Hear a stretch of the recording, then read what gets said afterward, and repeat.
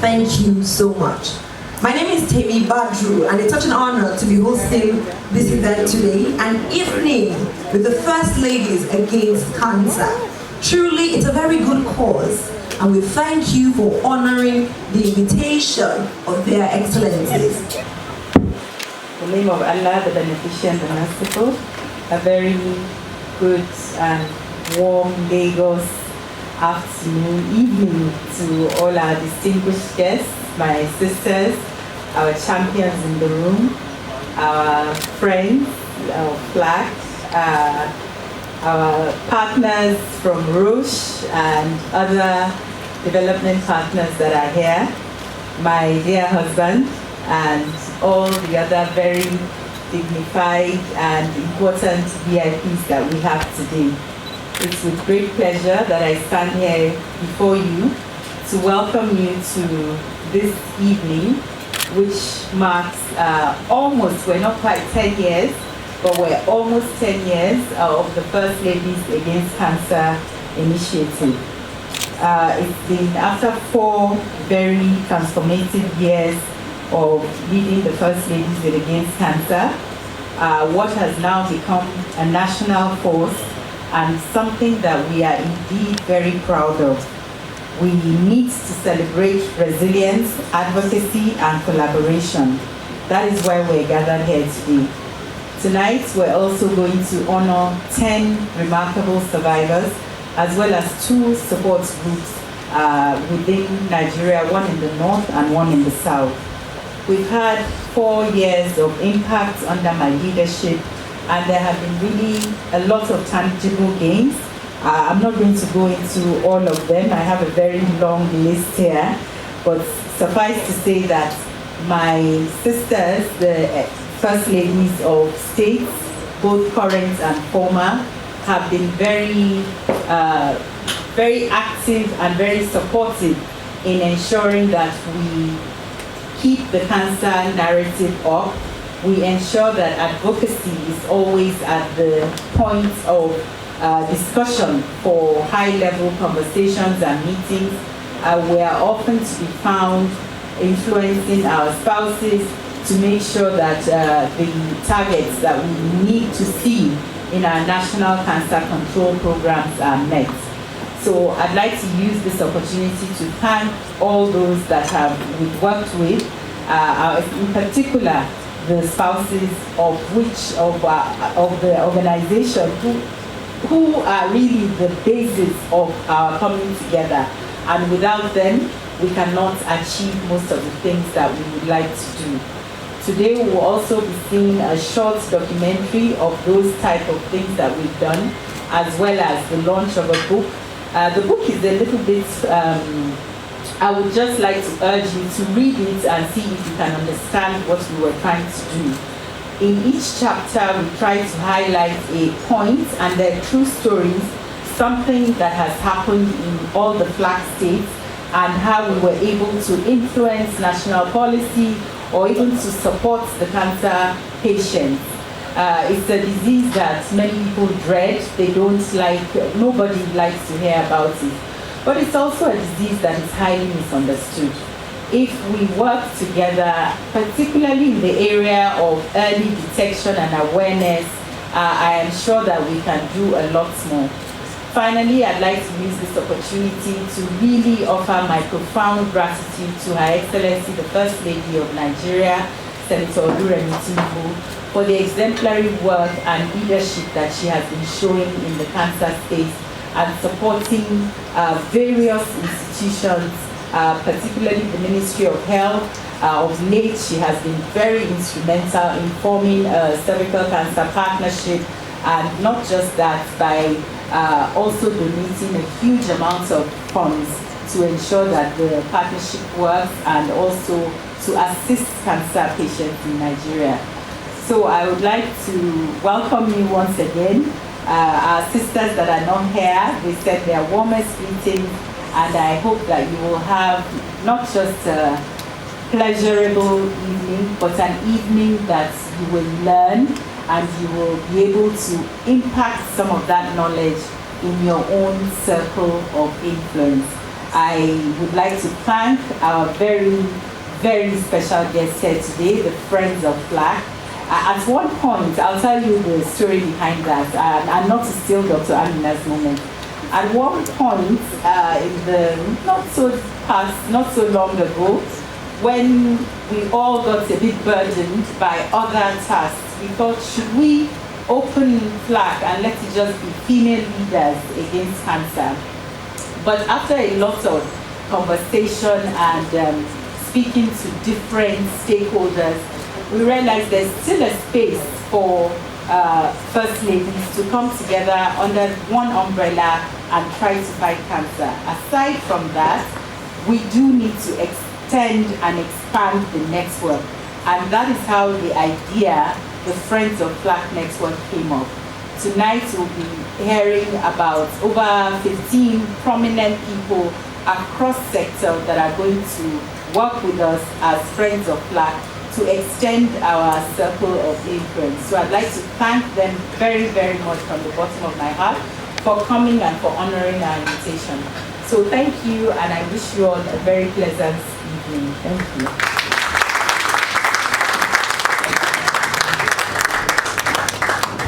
Thank you very much, Your Excellency. Good evening, distinguished ladies and gentlemen, excellencies seated here.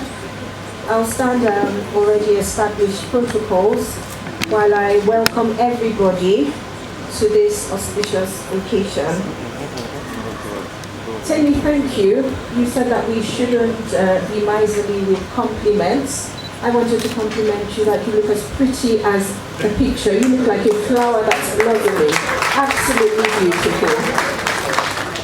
So good evening, distinguished guests, esteemed First Ladies, tireless advocates, brave survivors, and cherished friends of First Ladies against cancer. It is an immense privilege to stand before you tonight, gathered for an evening with First Ladies, an event that symbolizes our shared commitment to a future where cancer no longer casts such a devastating shadow over our lives. For almost a decade, I have had the profound honor of working with amazing FLAC sisters and witnessing our various initiatives and giant strides towards generally curbing the spread of cancer, increasing survival rates, and improving access to cancer care for more Nigerians.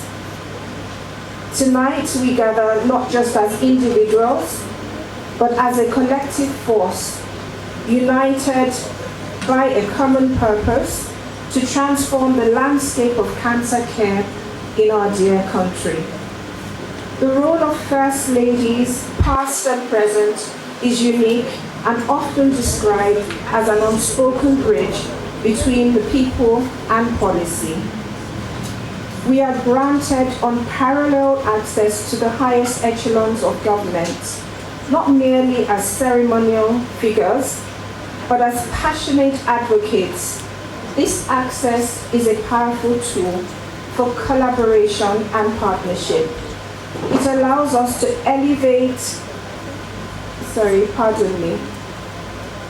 It allows us to elevate the voices of those often unheard, to champion the cause of the vulnerable, and to directly influence policy that can bring about tangible change. Cancer, as we all know, is more than just a disease. It's a profound societal challenge that claims over 78,000 lives in Nigeria each year. Imagine 78,000 loved ones lost, their dreams and hopes all gone. The scourge of cancer extends beyond individuals and tears at the fabric of family and society. But by working together through strategic advocacy and leveraging our collective influence, we can paint a different picture in a not too distant future. We can push for policies that ensure early detection, accessible treatment, affordable medication, and compassionate support for every single person touched by this disease. Tonight, we will delve deeper into the critical role of First Ladies and other influential figures, the role that they play in policy advocacy. We shall listen to reflections and draw inspirations from the experiences of our esteemed peers and listen to powerful insights from Her Excellency Mrs. Dorothy Nyogo, the Kisumu County First Lady from Kenya. FLAC intends through this event to celebrate the strength of survivors and ensure our collective desire to improve access to quality cancer care that isn't a luxury, but a fundamental right for all Nigerians. Let us be inspired, let us learn, and let us commit to action once again, to being the voice of hope for those battling and surviving cancer. Thank you.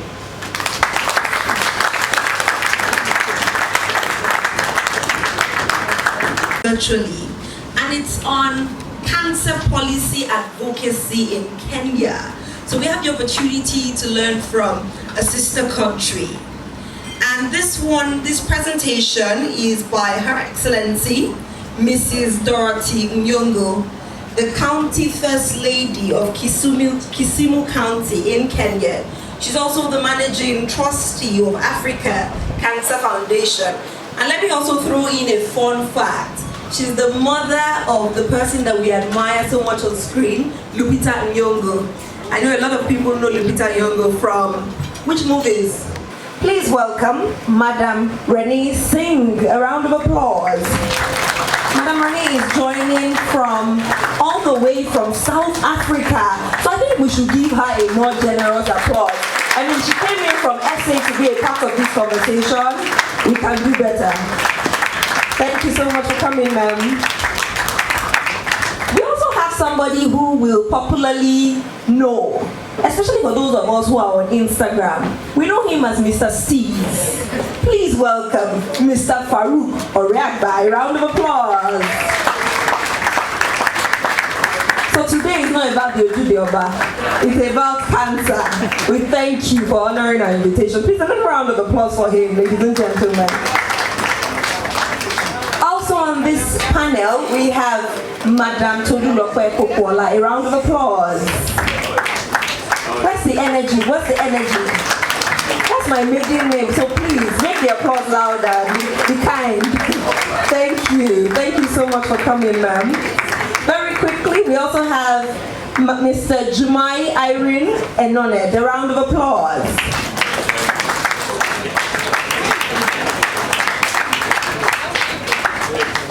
You're welcome. And last but definitely not the least, please welcome Madam Abigail Simon Hart. A round of applause as she joins the panel.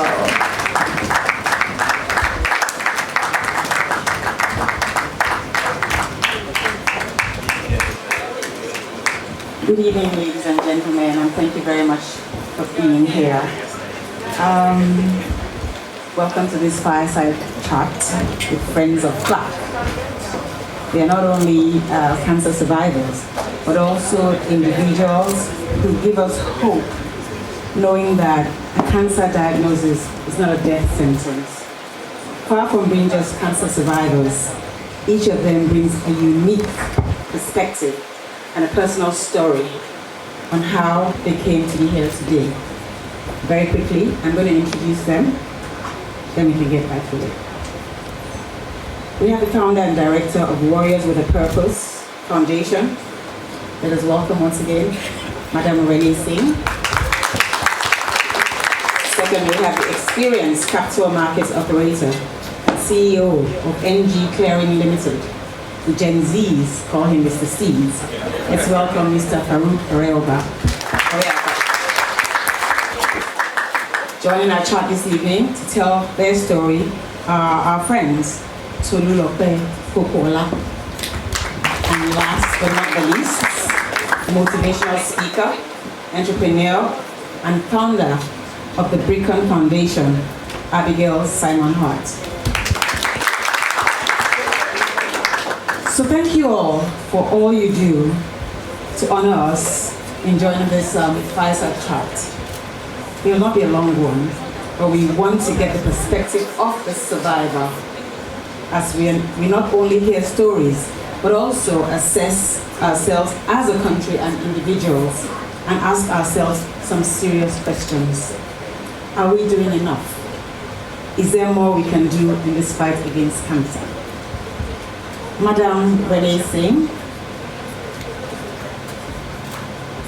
I'm going to ask you, what do you believe are the most urgent gaps in emotional and psychological support for survivors, particularly women?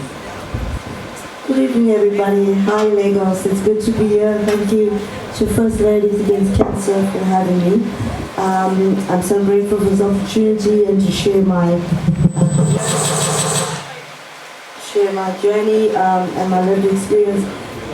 Emotional and mental health awareness for a woman is so important. Just from experience as a founder, as a breast cancer survivor, I dealt lately with attempted suicide with a woman that's only 35 years old and breast cancer. Mentally, they are not coping, they want to give up. Family-wise, there's no support because it's only you that knows what you're diagnosed with and what you're going through, mentally and emotionally and physically.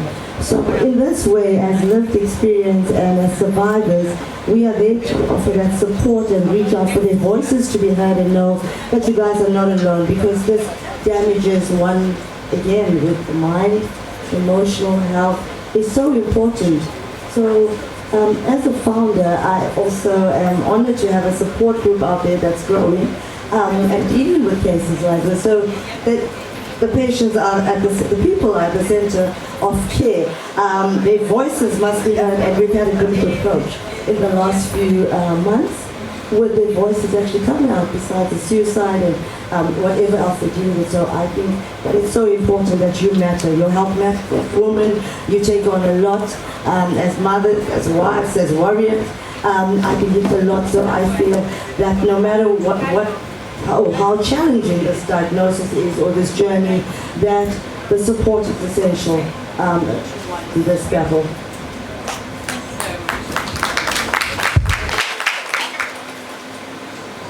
Mr. Oreaba, the floor is yours.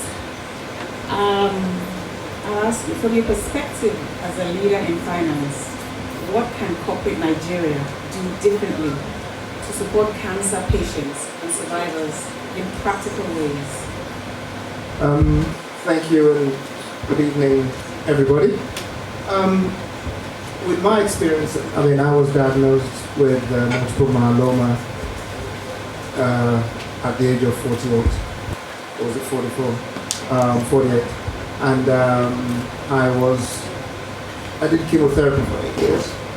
A couple of things I noticed. Number one, as you rightly mentioned, there is inadequate support, not just for cancer patients, but also their families. The amount of pressure that cancer patients have to go through, I wouldn't wish it on my enemy. And, same thing applies to families. So that was the first thing that hit me. Also, on the flip side, one of the reasons I'm alive was because I was diagnosed early. Early detection of cancer saves lives. It's a no-brainer. So I would say the two lowest hanging fruits are, one, we need to get a message out there to let people know that early detection of cancer can save your life. And that's something that the corporate world can do, because they can send that message out, they can fund that message, they can back it amongst their staff as well to make sure that their staff have regular scans. And then just a little bit of education. Being diagnosed with cancer is not a death sentence. I'm going to be 60 next year, and I'm living my best life. And if you told me that 10 years ago, I would have never have believed you. But, if it can happen to me, there's hope for everybody. So from the corporate world, get the message across. Early detection saves lives. Fund opportunities for their staff to get screened. And, that's a good place to start. And from then we can build up. Thank you. Thank you very much, Mr. Wega.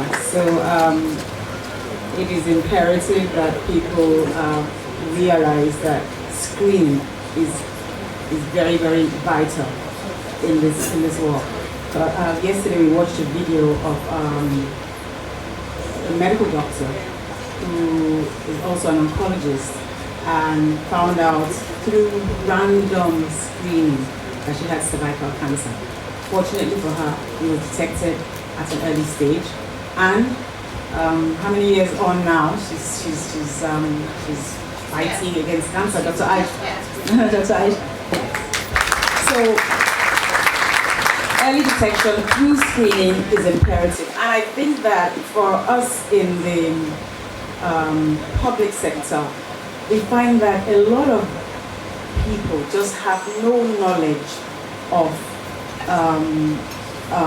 early screening. They even see changes in their bodies and they don't pay attention to it.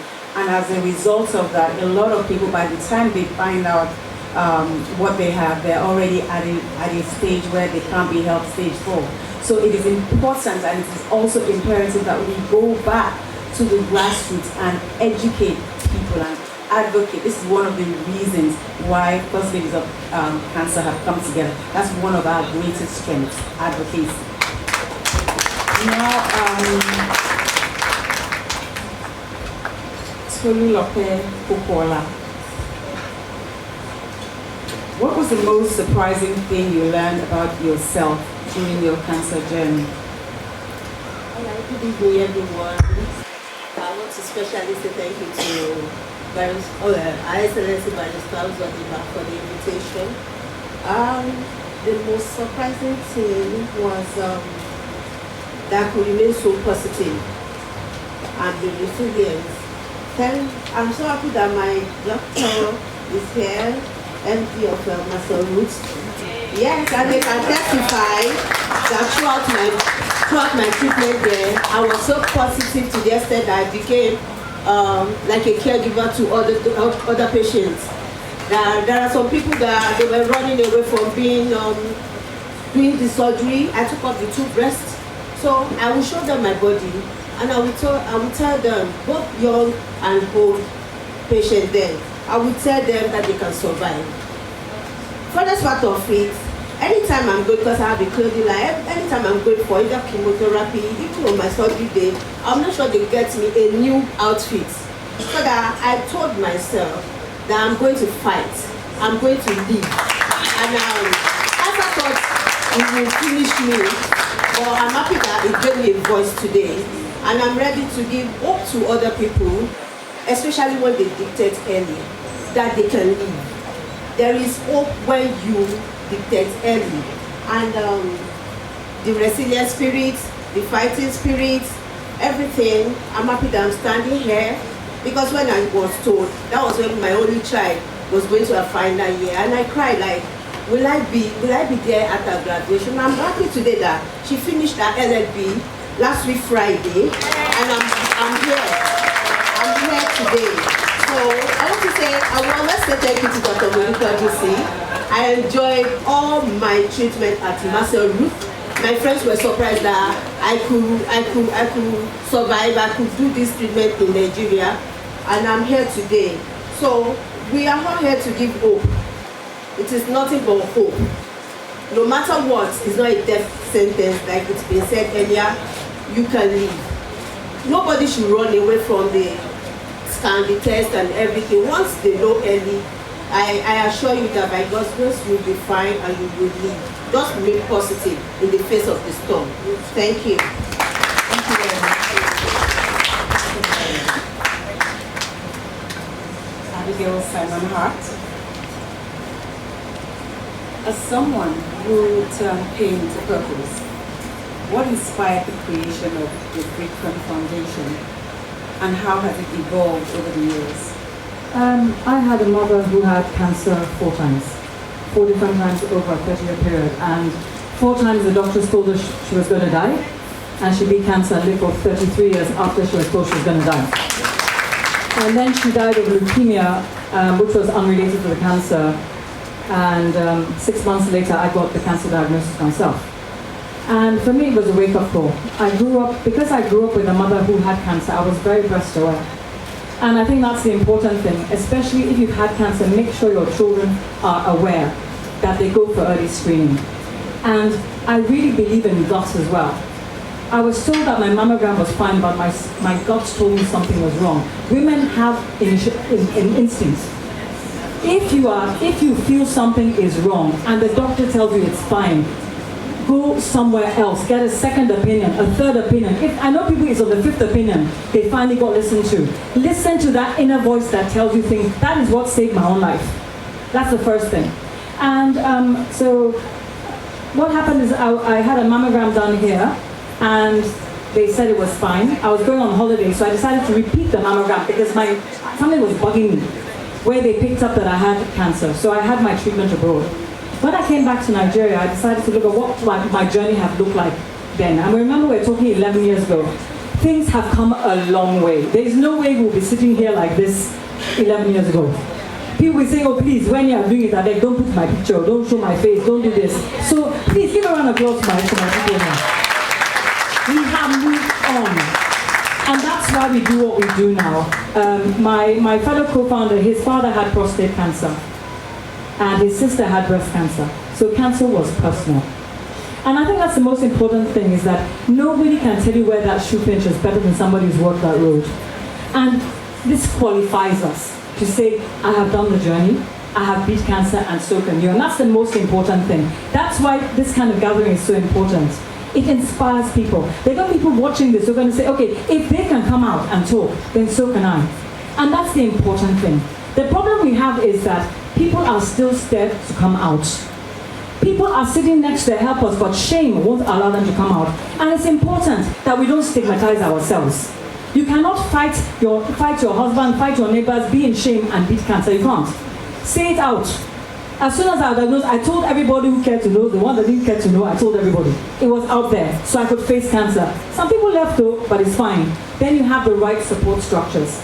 And that's what we've done in our foundation. We have our survivors going out and encouraging others.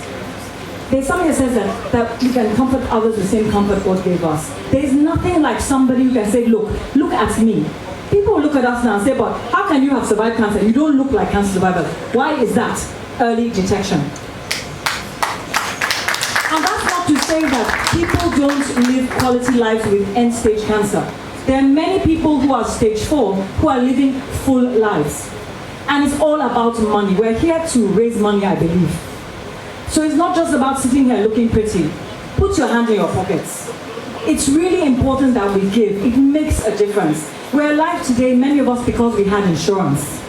Not everybody has insurance. I'm appealing, let's get that insurance coverage to include cancer. Well, please. Thank you very much. Even unexpectedly for younger generations, how do you feel about your story resonating beyond the cancer community? 2 minutes, please. Thank you.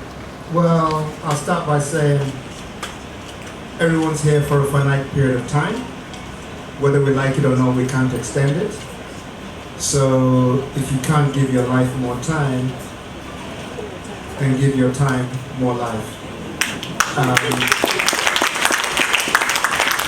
For those that have known me, I haven't really changed. I'm 60 next year. I've been a rascal. I've been one of those kind of guys all my life.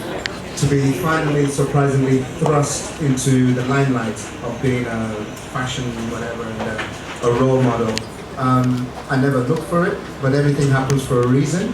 I'm privileged to have that responsibility that people actually listen to what I say sometimes, and I can give people some kind of hope. I never ran a marathon before I was diagnosed with cancer.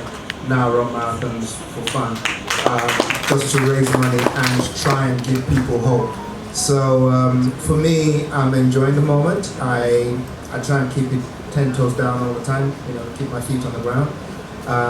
And if I can be a source of inspiration to one person, then I'm doing a good job. So right now I'm doing something that I really love. And hopefully I'll continue to make a difference and change lives. Thank you. Thank you very much, so your therapy, Paula, you had one message for young people, especially young women. Abigail Simon Hart, what kind of policies or national frameworks do you believe Nigeria urgently needs to better support early detection, treatment, and increase in survival rates? I think one of the very, very important things is that we need patient engagement and patient involvement in the policies that we're making. We need a lot more involvement from survivors, because what you find very often, advocates are not in the room. We don't have enough advocates in the room to have policies that actually impact, whether it's on research, whether it's on treatment. Nobody knows that road better than those who have gone through it. Nobody knows where the system's pinched than those who, if you have not had trouble accessing something, the people in power won't know that there's issues in the system. So I think the first thing that we really need to do is make sure that all the policies that we're doing, that we have enough representation from childhood cancer, from all the different cancers as well, because childhood cancer is totally neglected. We need to bring advocates to the table. It's really, really important that we have the right people in there actually pushing for those changes. That's the only way we can really have policies that make a difference in this country. Thank you. Thank you very, very much. It's taking more than the time we've been allocated. So it's been an emotional and very instructive session for all of us. I'm sure you all agree. So all our panelists, thank you for sharing your story and for giving us a different perspective in this fight. And also for inspiring us with your advocacy and your work. We all have a role to play. That's why a forum like this gives us the opportunity to learn and connect with one another while providing care and support to those who might be in their own personal fight against cancer, even as we speak. Thank you very much for listening.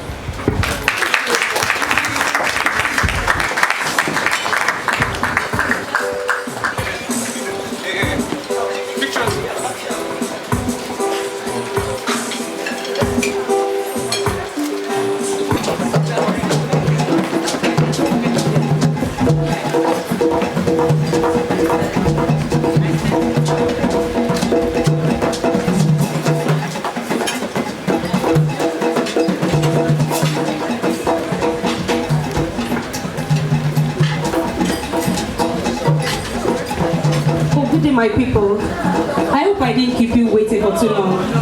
All right, thank you very much. Good day, everyone. Madam Amaka, I have your test result here with me. But before I tell you, I know it's not easy, but it is important to know that some diseases are caused by changes in the DNA of cells.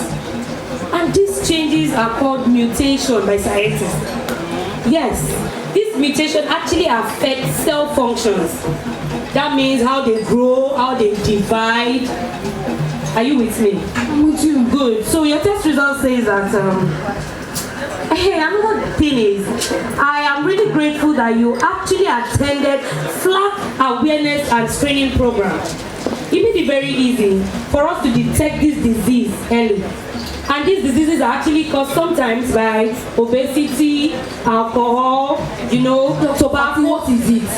There's nothing really. It's just that, okay, your test result shows that, Madam Amaka, I would like to tell you that it is not a death sentence.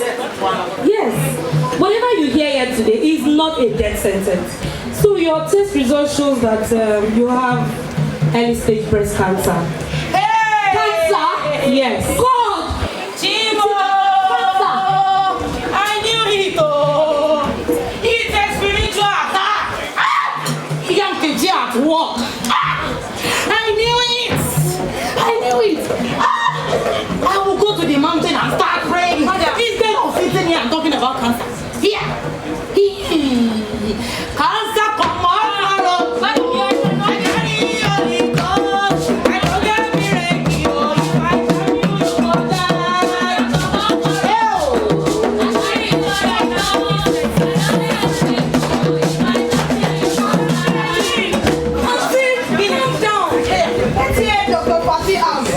she's still early stage cancer. If we start the treatment now, she might actually survive it.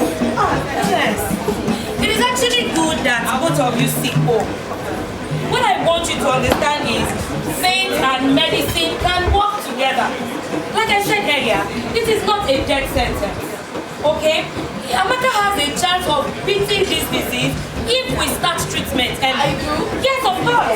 You do. But people say this thing makes people weaker. Yes. What about our Master Jesus? Auntie, leave your Master Jesus alone. He is the one that gave people like Dr. Fati wisdom to treat people like Amaka. Let's not reject offer all in the name of faith. Dr. Fati. Yes, dear. Please. I don't want to die. You won't die. But if you say that this treatment can help me, Yes. I would like to have it. That's a very Will you still pray for me? Hey, what am I doing? I will pray for you. And I will stand with you, Gidigba, in this journey. Cancer don't fall for water. Hey! Madam, I understand your fears. Madam Amaka, it is not the end of the journey.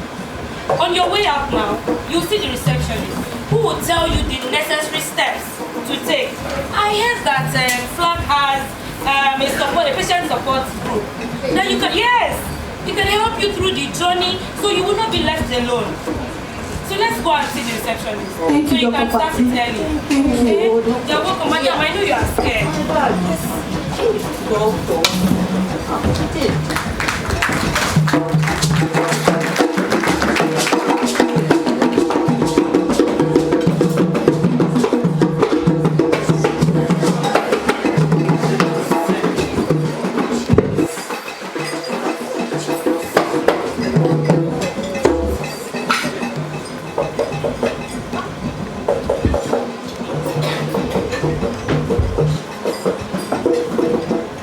That this treatment is my right path.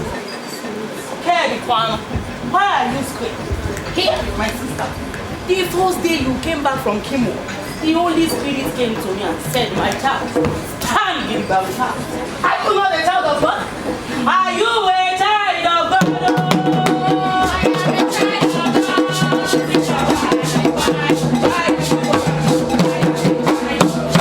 Auntie Ellen, thank you very much for all your prayers. It has been keeping me going. And you, Favor, thank you for the encouragement. It's been keeping me strong. And this treatment, it is saving my life. Favor, I learned that you told me that Dr. Fati said there is a revival by FLAG. Auntie, revival about what? It's not revival, it's seminar. Seminar. Revival, are they not the same? They are not the same. Anyhow, let's go. Let's go. Revival, let's see.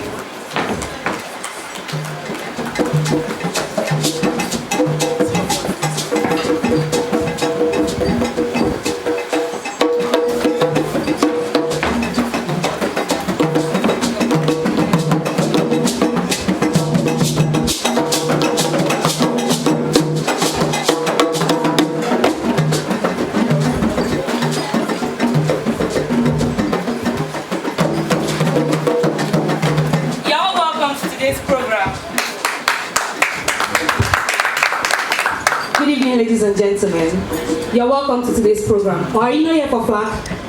Are you here, ma'am, sir? Are you here for FLAG? Yes. Yes, you're welcome. Good evening, ladies and gentlemen. You're welcome to today's program. As I told you earlier, FLAG is loaded with strong alliance, louder voices, and influential partners. They said they want to make this fight and journey against cancer. Oh my God. Oh my God. They tell you that every cancer patient and survivor's life is important. Or am I saying the wrong thing? Please tell me, am I saying the wrong thing? Every survivor's life is important. And that is why we are gathered here. I would like to introduce to you one of our latest survivors, in person of Madam Amaka. Please come out. Good evening, everyone. Good evening. Hello, sisters. My name is Amaka, and I am a survivor. I am here because I did not wait. I listened to my body. Yes, I prayed, but I listened also to my doctor. Praise Master Jesus! People of God, this is my niece. I almost lost her for cancer because I was too spiritual. I was too spiritual that I did not see sense in wisdom. But now, I know prayer is good though. But now I know wisdom is part of healing. My sisters, please check your breasts. If you feel that there is something wrong, speak up and go for a test. Your life is important. Save your lives. I will check. I will speak. I will live. Ah, yeah, wow, okay.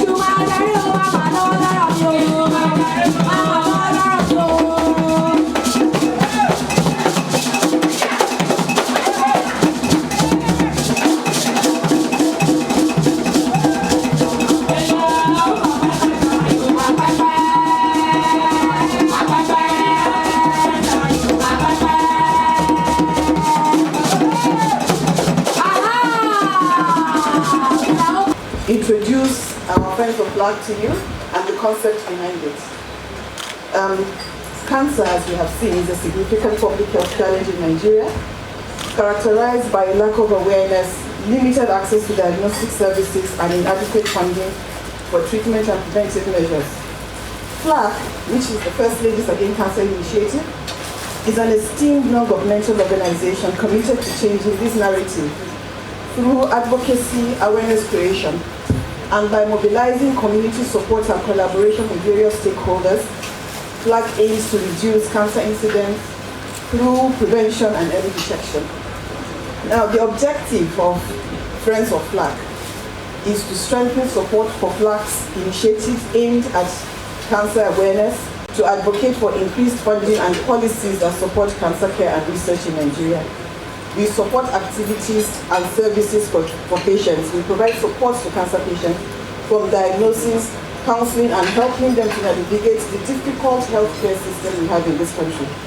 We collaborate with pharmaceutical companies and partner with them and other stakeholders to enhance access to medications, resources, and educational materials for cancer care. Now, by fostering a robust network of supporters through the Friends of FLAG, we aim to achieve the following. We aim to enhance the visibility of our activities for cancer advocacy efforts. We intend to strengthen the collaboration between FLAG and the private sector and government entities in addressing cancer. to improve support system for cancer patients, leading to better health outcomes and reduced mortality rates. Today we have a group of wonderful, passionate Nigerians that we hope to induct today as our Friends of FLAG. We feel that by working together we can increase the awareness to prevent prevention and enhance the cancer patient support throughout their journey. We want to thank you from the bottom of our hearts for accepting to be Friends of FLAG, and we welcome you into our fold. And with that, I would like to ask the General Manager of Roche to come up and please give a charge for our Friends of FLAG before we introduce them individually and induct them.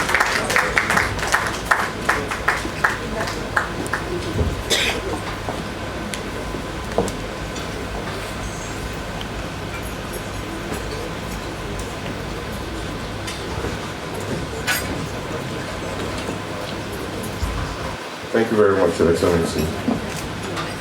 Good evening, distinguished Excellencies here present, Honorable Ministers, Chairmen of Boards and Parastatals, Director Generals, Captains of Industry, ladies and gentlemen. It's indeed an honor for me to stand before you today to bring forth the inaugural members of the Friends of FLAG, which is an initiative of FLAG. I think what hasn't been said is that FLAG itself is a homegrown initiative. It wasn't copied from any outside country and brought in here. This was an idea that was generated, as we learned yesterday, from a WhatsApp discussion from previous First Ladies, and from there the idea birthed and became First Ladies Against Cancer. So for that, I think they deserve a round of applause for the things they do behind the scenes that we don't know, that become a 10-year-long organization that has been advocating for cancer behind the scenes quietly and making a difference. Someone said the other time that 10 years ago we couldn't do this because survivors, champions would not come out, but today the story is different. And we thank the First Ladies for that. The job of the First Ladies has not been an easy one. They have been relentless torchbearers in this critical fight, but their dedication has brought hope and tangible change, raising awareness, championing early detection, and pushing for better access to care. But despite all of that, more support is needed, and it demands collective strength, wisdom, and resources of exceptional individuals that you will hear in a couple of minutes. This is where the Friends of FLAG comes in.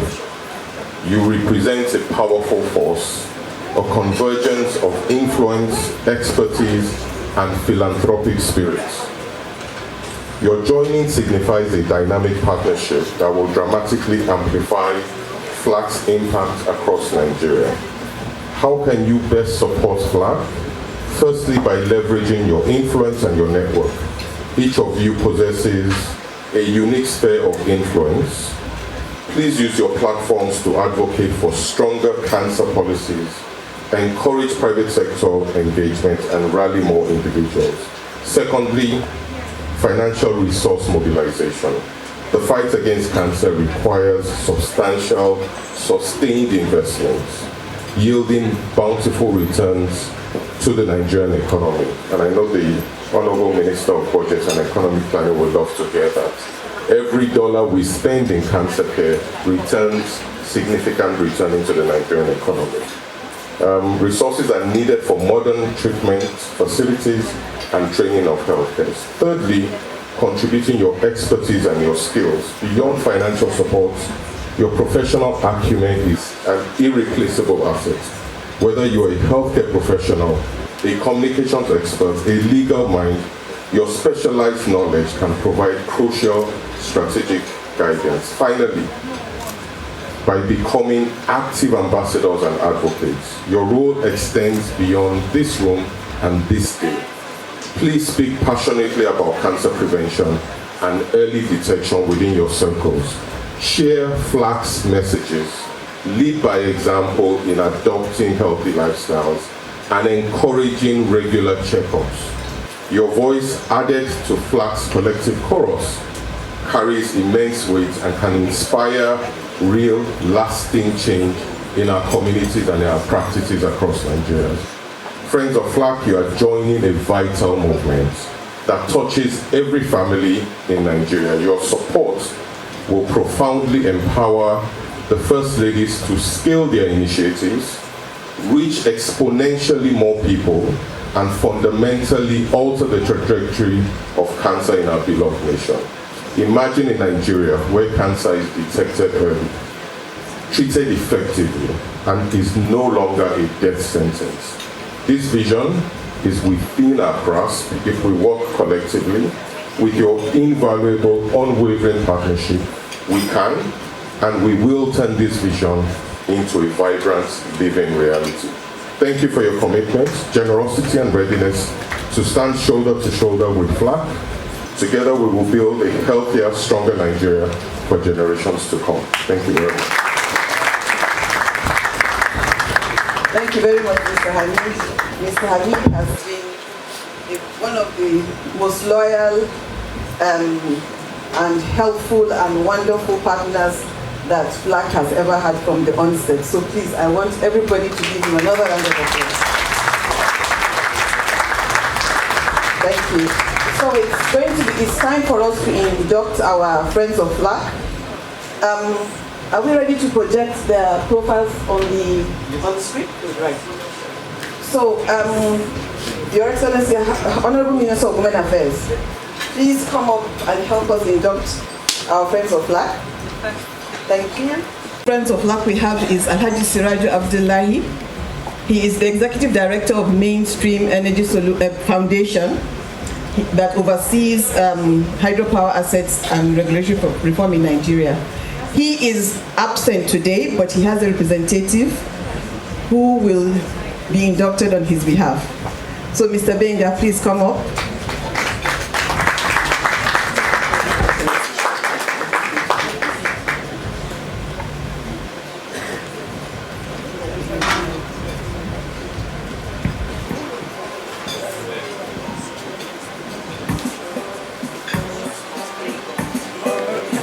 On behalf of FLAC, you are welcome to the network of Friends of FLAC.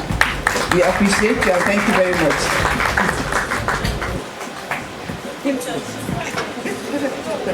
No, just stand there, please. Okay. Then the second one, Amira Abraham. I hope she's here. She's not here. Okay, so next one, please. Imam Fuad Adeyemi. He's the Chief Imam of Al-Habiyya Mosque in Abuja. He blends Islamic scholarship with civic leadership and holds a degree in Islamic studies and a master's in public administration, contributing to both religious teaching and community engagement. Thank you very much, Imam.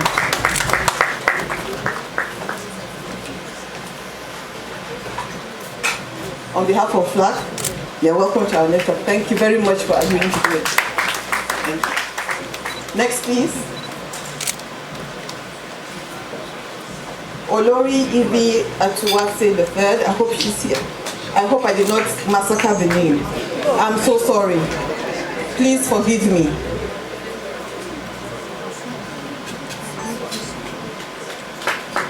Please, a round of applause for our friends of FLAC. Yes. Thank you so much. Queen of Warri Kingdom and London trade lawyer. She champions health and education. You're very welcome to her. Thank you very much. So the three of you will take with the minister and then thank you very much. Can we have the official photograph, please?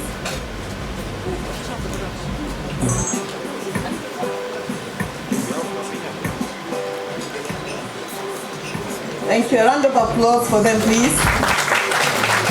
Thank you. Yes, thank you very much. Next, can I please ask the Honorable Minister for Labour to please come up and induct the next set of Friends of FLAC for us, please.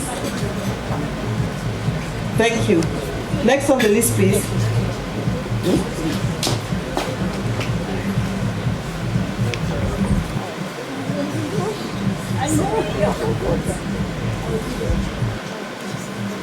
So our next Friend of FLAC is Mrs. Ibukun Awosika. pioneering entrepreneur and first female chair of First Bank of Nigeria, founder of the Chair Center Group and Ibuku Awosika Leadership Academy. Thank you.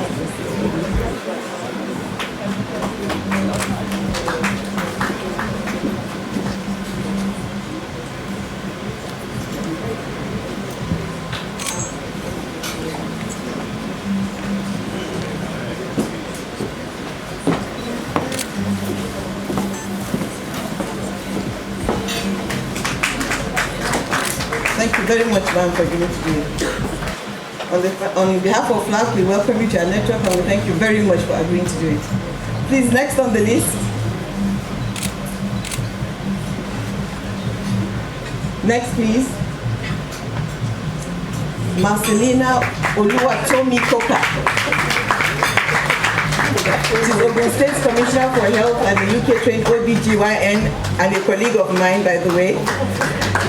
Dr. Koka has over 28 years in medicine and she's a Harvard alumni and leads primary healthcare reform in her state. Thank you very much for doing it. Thank you for doing it. On behalf of FLAC, we thank you very much. Next, please.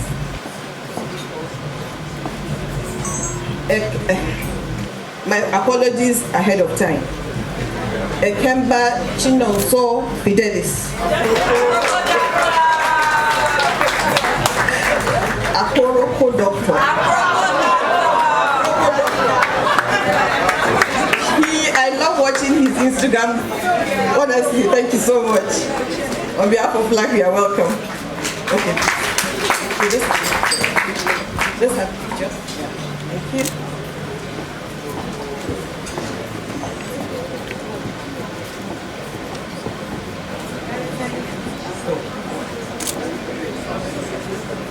All right, thank you very much. Okay, can we just have a little words from you? Where you go? We can't have you on stage and not say anything. This, my sister, is always sensitive. Okay, well, I mean, what can I say? We are brother's keeper. And I think what the First Ladies are doing, it's amazing because at the end of the day, cancer is impacted by people's finances. It's also impacted by their knowledge and by the resources they have. And I think you're standing in the gap to facilitate how we all combine our resources, both material, physical, knowledge, and all, to stand in the gap for our brothers and sisters and help them everywhere we can. So the best we can do is do our best to support the large vision. Thank you. Thank you.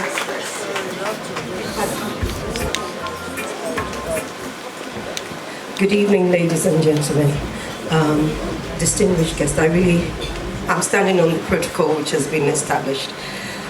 For me, I want to appreciate the First Ladies, but I think the way forward for us is the advocacy for the policies, which we policymakers are happy to make.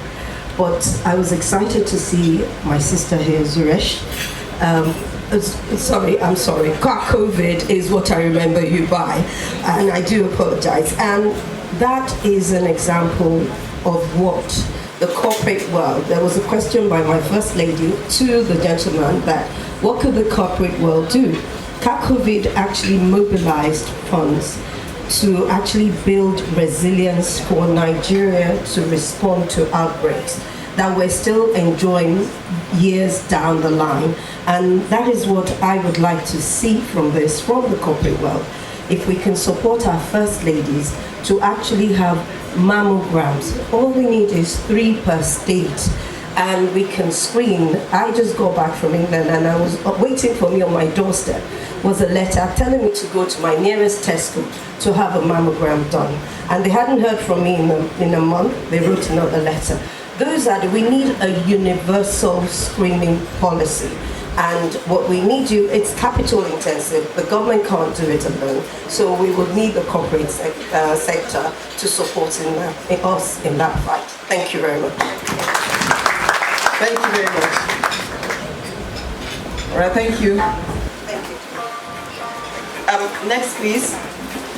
I would like to call on Mrs. Kemi Alausa, wife of the Minister of Education, to come up and induct the next set of Lens of Flag for us. Is she here?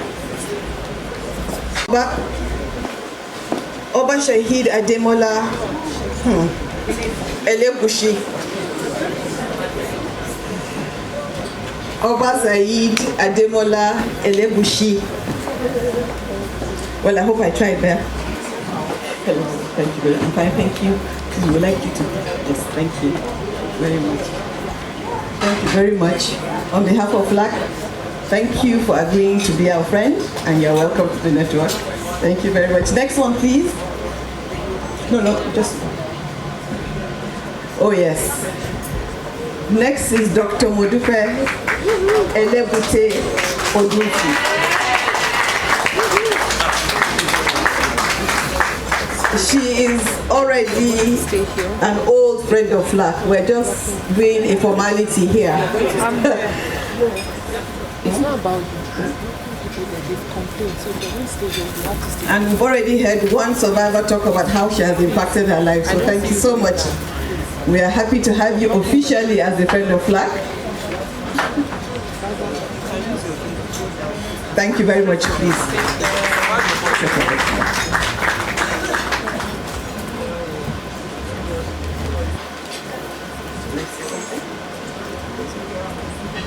No, he's just a preparation. He's our partner. Yeah. Thank you. Thank you, ma'am. Good evening. Sorry, and I'm standing on protocol. I'm not going to take your time. First of all, I want to say that sickle cell patients is what brought me into hematology, but actually I'm co-founder and CEO of Marcel Ruth Cancer Specialist Hospital here in Lagos. And I just wanted to, when the survivors were saying 10 years ago we couldn't do this, no survivor will sit up here. I can tell you when we opened our hospital, which is now going to be 5 years in December, people were calling me and saying, you put cancer in the name of your hospital? Do you want anybody to come to your hospital? And we brought in a radiotherapy machine. There's a big gap in terms of treatment availability in the country, apart from even the financing. And I said to my husband, I don't think anybody's going to come here. And he said, you brought in the state-of-the-art equipment and you don't want to call it cancer hospital. I just want to say that I'm standing here today to say we've seen over 5,000 patients at Marcel Ruth in these 5 years. If anyone had told me this was going to be the journey, I came back from practicing in the UK for 30 years or so to come and do this. We've seen over 5,000 patients from all over the country. We now see patients coming back. There's definitely reversal in medical tourism in terms of cancer, because apart from it being very expensive abroad, people have to leave their homes, their families, at a time when they're being told something that's so difficult to even comprehend, to even understand, to think, why me? And at that time, they have to leave the country. And some cancer treatment takes months, it can be 9 months or so. So they have to be away from their families, their children, their jobs, and so on. We're reversing that story here. In amongst the 5,000 patients that we've seen 200 children with cancer, the majority of whom will probably not even have been able to access care at all. So whatever you do this evening, on behalf of FLAC, my sisters who, within 6 months of us opening Marcel Ruth, they came to see me. They all came together to come and give me the support, and so I'm giving them the support back, and I'm being told to do this already, so I'm going to do it properly. I'm a friend of FLAC. I've been a friend of FLAC for a long time, but they've also been of huge support. We signed an MOU when we started to treat patients who couldn't afford care, and that's what we've been trying to do as well within the foundation. And obviously one of the survivors, and Farouk forgot to mention that I actually saved his life, actually. So since you didn't say it, I'm going to say it, because that's the truth of the matter. But so happy to be here. I want to appreciate every single woman, because the first ladies are very busy people with lots of opportunities and things that people want them to do. For them to stick with this, because that's one of the things with us, we don't stick with things, we don't sustain things, and they have. They've continued to put their voice to this, which is very important for us. Thank you so much for this honor. Very grateful. Thank you. Thank you so much. Thank you. So can I ask my dear sister, Her Excellency, Dr. Mrs. Samolu, to come up please and induct the next set for us? Your Excellency. She came in here very quietly and nobody noticed, but she's here.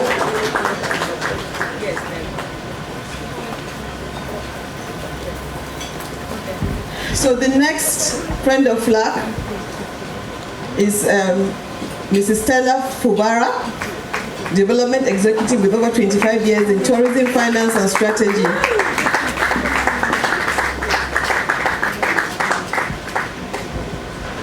Formerly with Disney and Dubai Tourism, she now leads Del York's Pan-African projects, driving cross-continental growth and innovation. That is the wealth of experience that we can do with our organization. You're very welcome. Thank you, Excellency.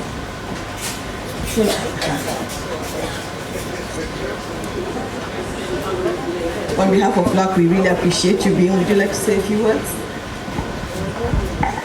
Standing on existing protocol, I'm really honored to be here. And I am in a different position from most of you here. Some of you are cancer survivors. Some of you provide health to cancer patients. I was a cancer caregiver, and he didn't make it. He died at the age of 46 after 18 months of intense cancer treatment. But it was a journey that I don't wish on anyone. However, it brought a unique voice to cancer. As people have mentioned previously, somehow cancer is treated as a stigma, as if you did something wrong to earn the disease. He was a vegetarian, he didn't smoke, he didn't drink. And he put himself out there and literally put cancer in the middle of his name. And every day for 3 hours, he would have online sessions with people asking him questions and revealing to him that whatever they're going through, they think it's cancer, and he would guide them through. And I have inherited his platform since he died. So I'm really honored to be part of FLAC. Thank you so much. Can we have the next friend, please? That's a very powerful story, and thank you so much for sharing. The next is Abdurrahman Bashir Haske. Oh, he's not here? Oh, okay. Next one, please. Pastor, apologies again. Pastor Itua Igodalo. Oh, he's not here either. Oh, okay. Next one, please. Dr. Joyce Omaseye. You know, you know something? I was a very good person before. I could actually say Yoruba words well, I could say Igbo words well. Then what happened? I became First Lady in Niger State. And then my English even went, I had to be speaking Nupe, Wari, and every other language just disappeared. So I'm trying to get it back again. So I really apologize, but I will try harder. Okay. Is she here? Okay, next one, please.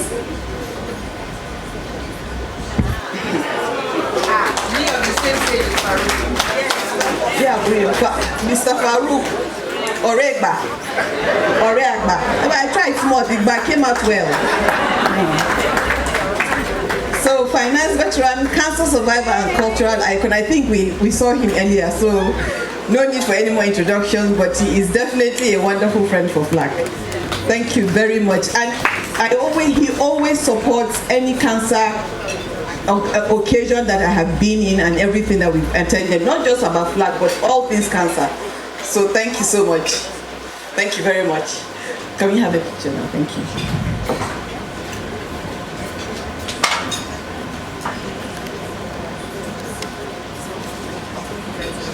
Thank you, Excellency. Thank you. Can we have the next one, please? So, Your Excellency, distinguished Senator Abubakar Bagudu, my senior brother, please can you kindly come up and induct the next set of Friends of FLAC for us.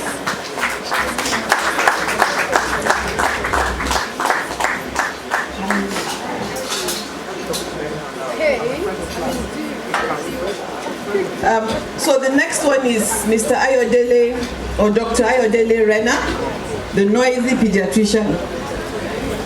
He is a dedicated Nigerian pediatrician that uses social media to deliver engaging, accessible child health education. We definitely need that for Pakansa. Thank you very much. We appreciate you on behalf of LAC. You're welcome to our network. Thank you for doing it. Next one, please. Oh yes, she's not here, but we are privileged and we are happy that she has agreed to be our friend, Mrs. Jake Silva. Her Excellency also is not here. Oh, she's represented. Okay, good. So can we have Her Excellency Mrs. Toyin Saraki's representative? Thank you. Please, a round of applause.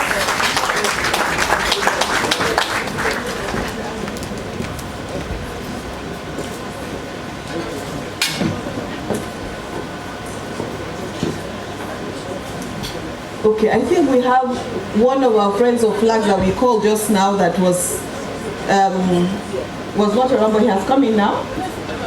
Is that Mr. Bashir Haske? Oh, we're calling you. You just came? Yes. No, this way. We are inducting you formally as a friend of FLAG. You came in just at the right time.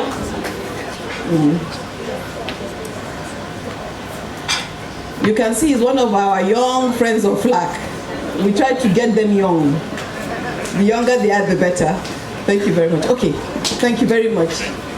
Can we have a picture, Excellency, before you go? Thank you on behalf of FLAC. You're welcome to our network and thank you so much. We appreciate you.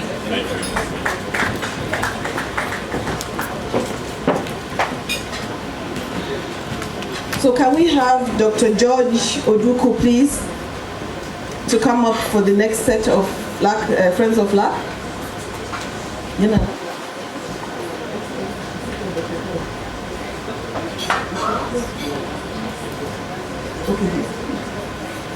Can we have the next one? Oh, she's not here. Next one, please. Next one, please. Yes, Mrs. Zuera Yusufu. Oh, sorry, Ms. The MD and CEO of Aliko Dangote Foundation has actually been an old friend of FLAC. This is just a formality. They have supported FLAC along our journey for the past 10 years. So it's a pleasure for me to officially introduce you as a friend of FLAC. Thank you so much. Okay, old friends. So on behalf of FLAC, we thank you very much and we appreciate you. Okay. So let's get an official picture. Yes.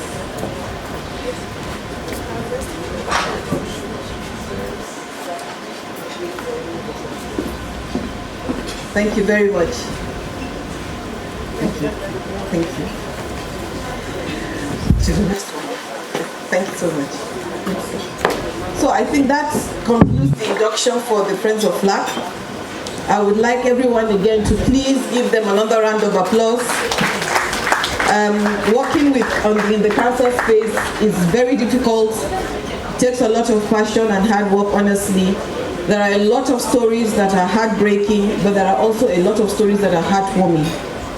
And so this is what I think drives a lot of us to continue the work we do for the heartwarming stories. Even for the heartbreaking stories, there is a silver lining that every single person can contribute. So even if you are not inducted as a friend of FLAC today, please consider how you on your own can do your individual contributions to cancer and cancer care. Thank you very much. I'd like to thank Mr. Ladi for his support in this section. Thank you.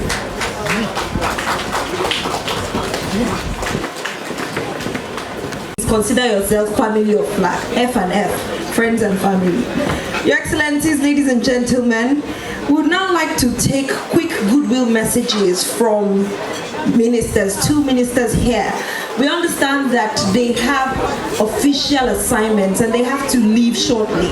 So before they go, we'd ask them to please give us goodwill messages, and we'd also plead with them because later on we're having a book launch or a fundraiser So we'll plead with them. We know that they have to go for an official assignment. But before we go into that segment, we'd be happy if you could make a pledge, a financial contribution to this court. So while we want to hear from you very briefly, would love to hear your financial contribution. So on that note, I'd like to invite the Honorable Minister of Women Affairs. I know she's going to be giving us a big check. Please welcome Her Excellency Hajia Iman Suleiman. A round of applause. The applause should be as loud as the check you want to receive. That's like 50 million. You can go higher. You're welcome, ma'am.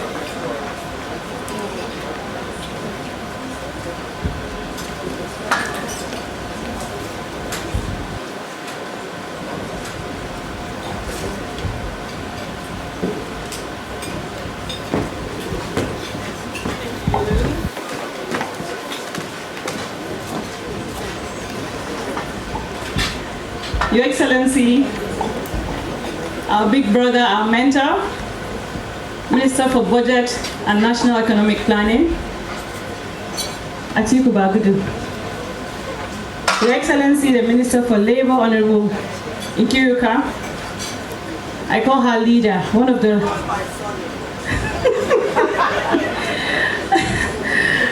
my sister, Her Excellency, Amina Abubakar, knows why I would not call her surname, because I can't pronounce it.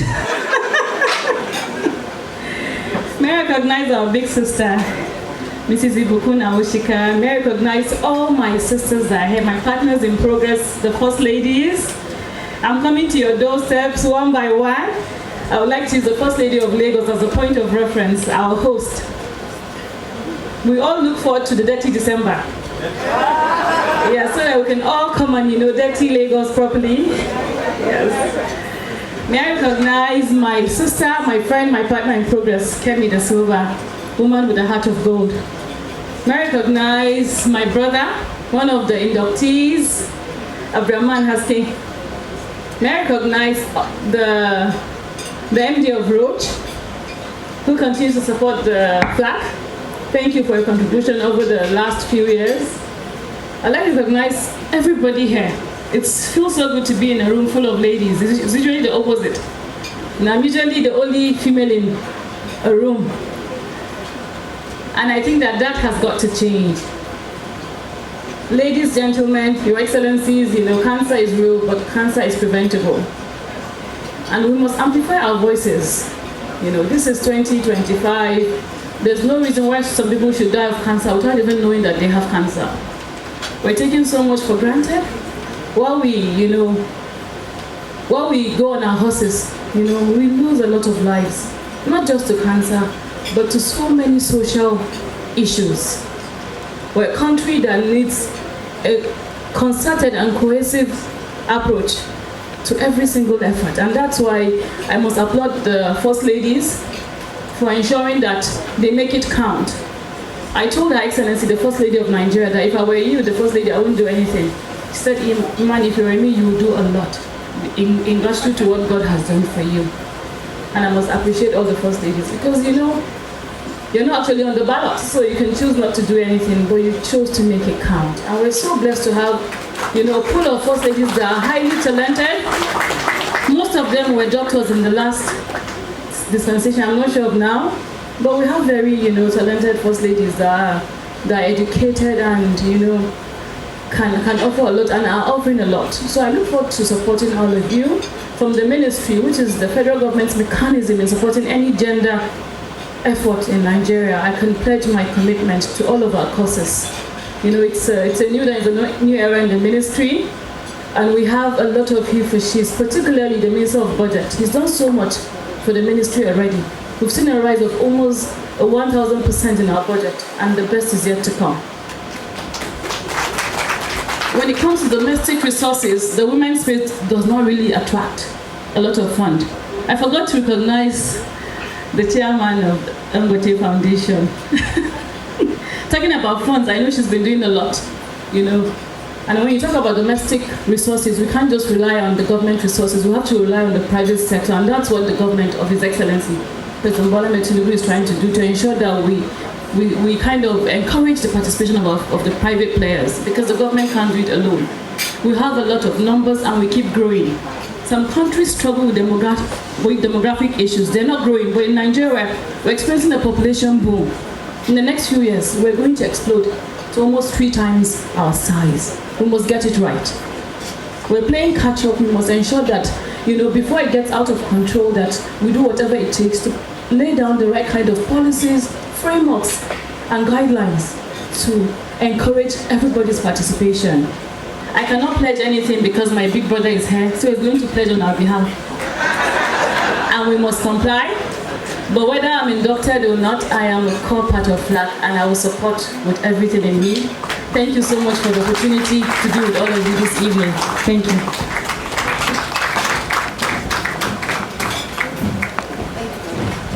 Thank you very much, Honorable Minister. May I respectfully rely on the earlier introductions to name you one by one, and members of the First Ladies Against Cancer, all of you, particularly Her Excellency, my dear wife, Dr. Zainab Shekar, who is President of the UICC, and indeed my sisters, the Honorable Minister of Women Affairs, Iman Suleiman Ibrahim, and my other sister, Honorable Kiruka Onye Georgia, and my sister, Ibukun Awosika. I was telling her that people do not know how smart one should be when he has a big sister. I sat there, I was lucky to sit there deliberately because I know when it comes to the nation, the fire child, my sister, Dr. Her Excellency, Dr. Amina Delbo, who discovered the Kwale language about 10 years ago. I thought she knew it, but for want of time, let me really just once again express my respect for all of you that attended this event. I have been associated with FLAC since it started, and like many of you who have spoken earlier, one can see the value of recognizing that all of you are holding positions of influence, and especially for this gathering where some have been and some are now. Sometimes it is after you leave the position that you realize that I could have done much more with it. And in fact, like many challenges of our national life, you realize that if I take ownership, I can do something different. And this move against cancer, as we have seen, especially from the formative years of FLAC to what we are witnessing today, people who, as someone said earlier, who are very, very busy, wives of governors, first ladies of state, former first ladies, and others who are very, very busy to make the sacrifice to gather here, to listen to others who a decade or so ago maybe will not come out to say, I have cancer or I have had cancer. It's really a significant step in the evolution of cure, and I must say a big congratulations. And even in terms of public resources that have gone into cancer care, it has increased significantly. I remember a few years ago when we came to Lagos, former President Muhammadu Buhari was even about to leave town when he was told that there is a cancer center that Luth University, and he agreed to arrange programs to show that it is an important thing. And today, many cancer centers have come up. And more than many cancer centers, a lot of public money is finding its way into those areas that hitherto were the preserve of government. When Marcel Rousse spoke and their investment. And just about 3 weeks ago, the coordinating minister of the economy and I interacted with Bill Gates. And later on, the Lagos Bill Gates interacted with allegedly, among others. And the realization is, can we take the medical tourism as the next medical field as the next challenge? Luckily, the Afro-Exim Bank have also done some significant, in addition to the hard-working entrepreneurs.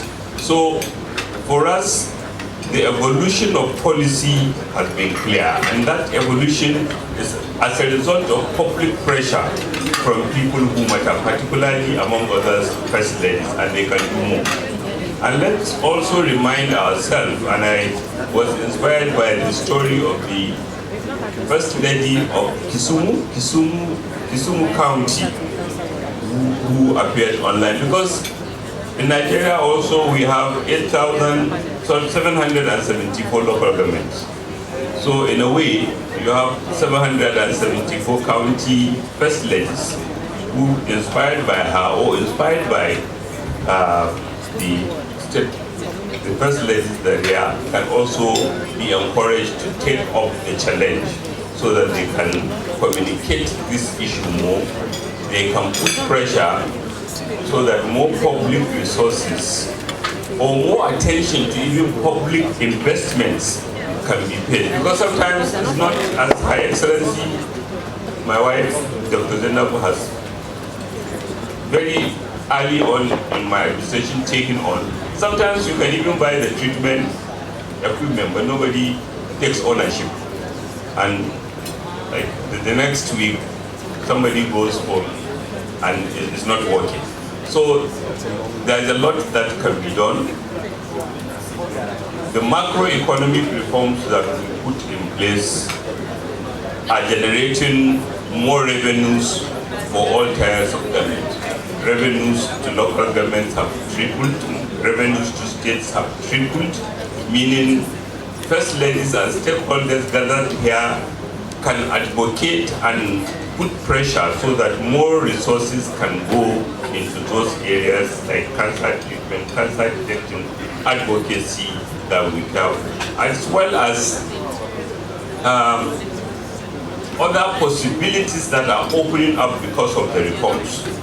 My sister Ikun Awosika have been leading an impact investment fund, which the federal government has agreed to partner with. This is not just investment for profit, but investment for purpose, so that some of the things that we require for cancer cure will be procured, because some of it, again, is a financial engineering problem. What is available elsewhere in the world, meaning I can buy a linear accelerator, linear machine, and pay over 10 years. In Nigeria, I have to pay over 6 months. So if the financial engineers that I have, and also first ladies can find the pressure so that the financing problem can as well be solved, then we can do better together. I believe the evolution of resource availability and mobilization will continue, and we are ready to support such development partners. A lot of development partners have funding, but what they don't have is proof of concepts where the funding can be utilized. I know that I'm not invited to make a public speech, just to appreciate all of you. And as you all know, for me also it has been a personal journey, and my sister was looking appreciatively because she knows how much sacrifice I made. But even from the flag to the journey to UICC presidency, well, someone is clapping for me. Minister of Women Affairs, I thought you were going to lead that class. Because when Farouk spoke, I thought, okay, Farouk had left. Many people didn't realize that cancer is not a gender issue. And I thought the Minister of Women Affairs should elevate that, because we have to understand that first ladies are first ladies for all. And we rely on their governance, we rely on their capacity and wisdom to mobilize all of us so that we can do more together for advantage, so that we can allocate public resources more efficiently. And even where public resources are not available, ensure that we have put policies in place that will bring public resources. And you are all first ladies. You are occupying a unique space. Just last week, I was telling the Minister of Women Affairs what our president Asiwaju Bola with the kind of profile mindset he has, what he wants to hear from her on the world stage is to remind the world that she represents the most women who are seeking for, hard-working women who are seeking for support, financing in order to do better. And like her, all of you are representative of constituencies that are not lazy, are not weak, but who are seeking for opportunities and bread, whether in cancer or in other fields of endeavor, where certainly they can do better, otherwise we are disadvantaged by geography and underdevelopment, and we can all do better together. I know that we have been warned about getting ready with the check. I will, as a public official, I would plead that all of us ministers, I will take this message to the cabinet, and I'm sure all of us will make a contribution. But I will also liaise with my wife and see how much more contribution we can make. Just session, we'll go on to play a documentary, but first of all, the pictures.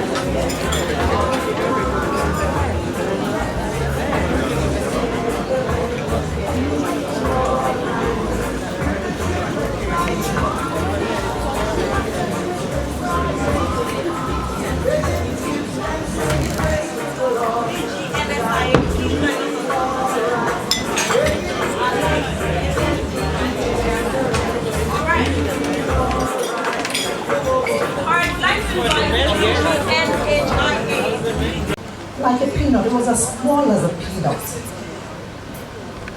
Of course, the first thing that came to my mind was, this isn't normal. It wasn't like a mosquito bite, it was like having a peanut butter for skin. Of course, immediately my mind, the only thing that came to my mind was cancer, because I'd read about cancer. It wasn't a time when we all hear about cancer, when you even want to seek to hear anything about cancer. Nobody in my family had ever had cancer. Not even a distant relative. So I didn't know anybody to turn to. It was that time in Nigeria when we had no equipment to treat cancer. When even in Luke then, most times when I go to Luke today, I say congratulations first when I'm going to speak with the patients there. And they look at me and say, why are you congratulating us? I'm congratulating you because you now have equipment to treat. It was at a time when people left Nigeria, the shores of Nigeria, to go abroad to look for treatment. At the time that I found this lump or mass or whatever under my skin, I refused to go to the hospital. There's an adage in Yoruba that says, "Wasari taxi kilo kolu trailer." There was Ebola at that time. We're all running away from Ebola. And the same hospital, you want me to go there and check. So I decided to stay, not knowing the kind of time bomb I was sitting on. Ignorantly, I stayed. But 3 months after that time, Nigeria was certified free of Ebola, thank God. Then I went to see the only doctor that I knew then, who was my obstetrician and gynecologist who delivers my babies. The last time I saw him before going there was like maybe 14 years. Because I had no reasons. After having the baby, I would just come back home and nothing, So anyway, it was found, it was discovered. The first thing that happened was I did a mammogram and it came back with a wrong result. And I was so happy that it wasn't cancer. He said it was benign. So I only removed the lump. So when I removed the lump, yes, but I'm saying that God forbid it happened. God forbid it happened. We have equipment everywhere. And thank God, thanks to some people who make this happen. One of them is Dr. Mrs. Bagudu. Yes. So a round of applause for her there. So today, I'm happy that we are celebrating FLAC and we are launching our book. I would implore everyone, cancer comes with a lot of toxicity, especially financial. You can imagine how much it costs to treat cancer then, and even now, it's not getting any better. And we need a lot of money, and because of the lack of money, that's why things are like this. But you know what? Now we have equipment because some people provided the money, some organizations, everybody came together, and today, we're having, there's a lot of development in that space. You need to read this book. You need to learn a lot from what has happened in the past. You need to learn a lot about what you can do if it happens to you. Cancer is a no respecter of no one, and I pray that it doesn't happen to any one of us here. So please, I would like you to please dip your hands in your pockets and support generously, so that we can continue to have this kind of development. We can continue to have this kind of growth in the treatment of cancer. We're going to be offering the book. Where's the book, please?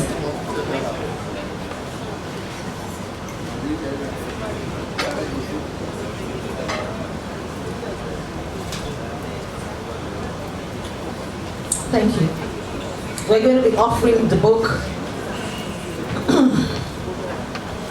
I know that if I call the price, it will sound very small to some of you here.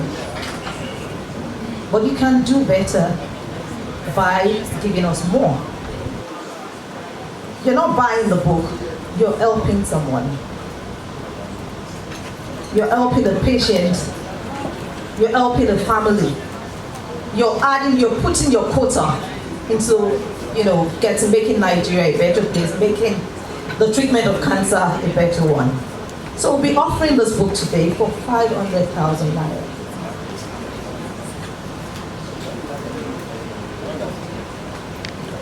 That's nothing compared to what you would have to pay if you had or were diagnosed with cancer.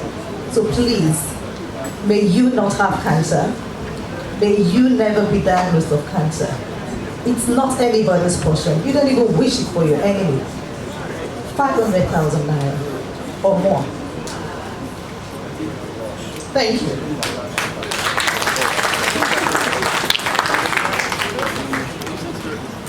So who is going to be the first? We have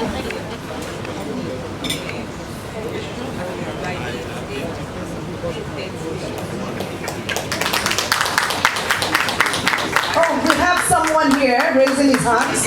Please stand up, sir. Please stand up, sir. Thank you very much.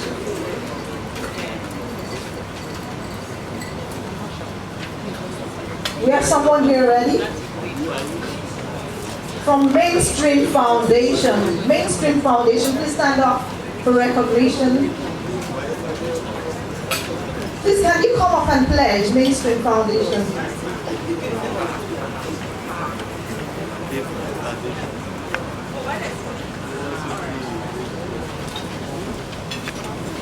Who's going to take another bold step, please? 500,000 naira. Mainstream Foundation. Thank you. Please, can you give them a round of applause?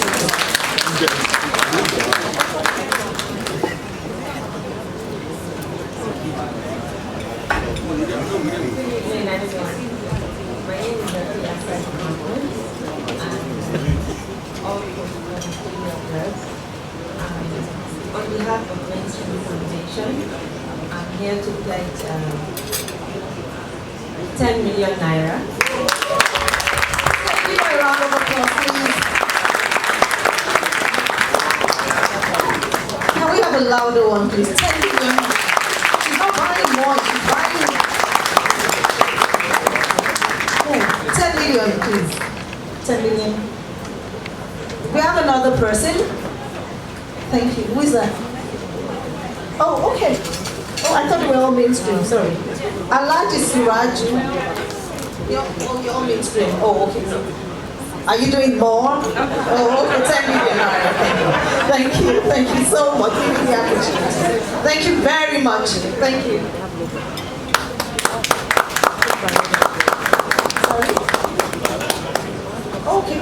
Alhaji Siraju Abdullahi.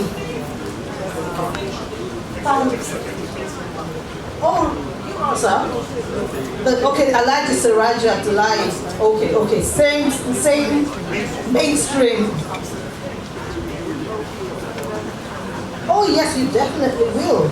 You will. You'll get copies of the book, right? Okay. Do we have another person taking another book here?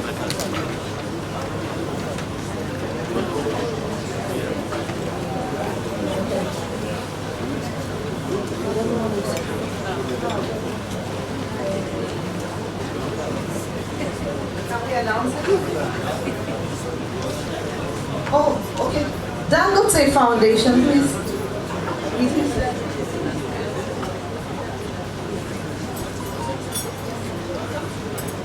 Sorry?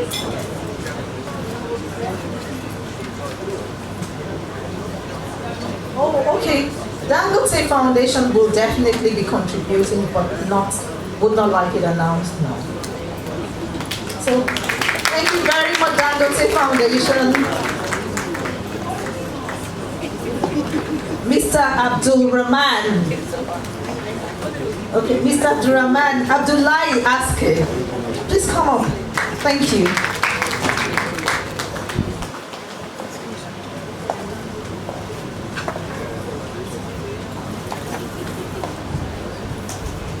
Good evening, everyone. I've been running away from holding the mic tonight, but Mrs. Bagude insisted I come up today.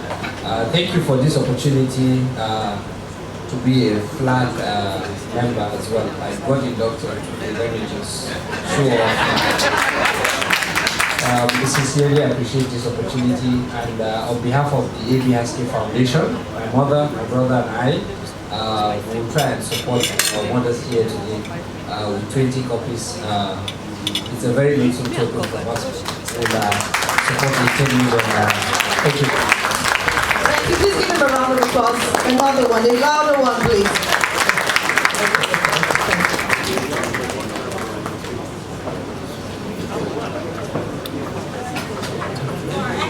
Asked us to go around and to ask, because if you're not coming to us, we'll come to you yourself. Please, can you pass the mic to Obailego, she's representing.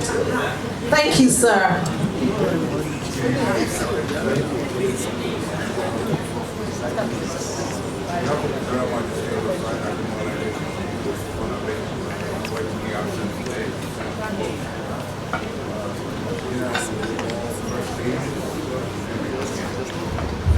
Very much to continue to support health-related issues, cancer, this one that already changes.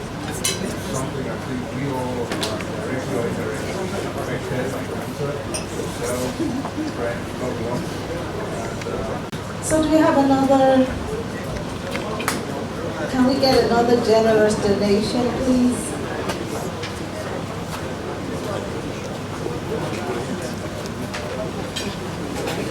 From the back?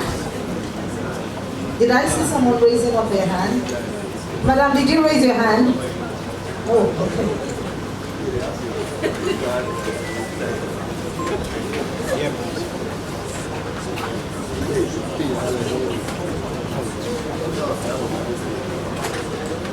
Thank you, darling. Did you just raise your hand?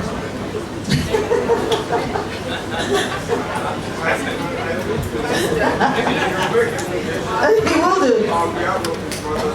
Oh, thank you, darling. Thank you, thank you, thank you. So please meet Pastor Itua. We have another anonymous 5 million donation. Oh, thank you very much. Please can you give the person a very big round of applause?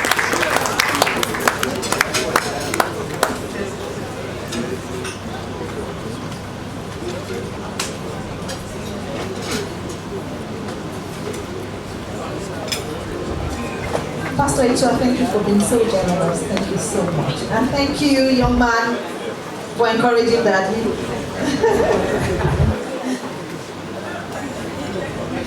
Okay, there's someone behind. Okay. I'm not just standing here in the capacity of a cancer survivor. I'm also here as the founder of Atinuke Cancer Foundation and the chairman of the Nigerian Cancer Society Lagos State.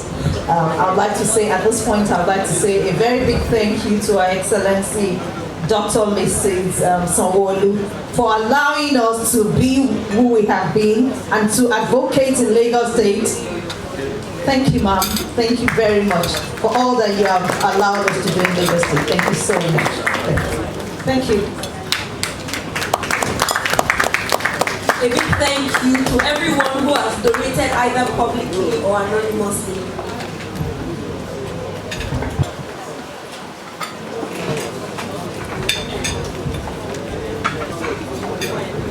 And I'd like to invite to decorate 2 of the Friends of Flag, Mrs. Amina Haske. Please can we give her a round of applause? She's going to be decorating 2 Friends of Flag now. Can we please bring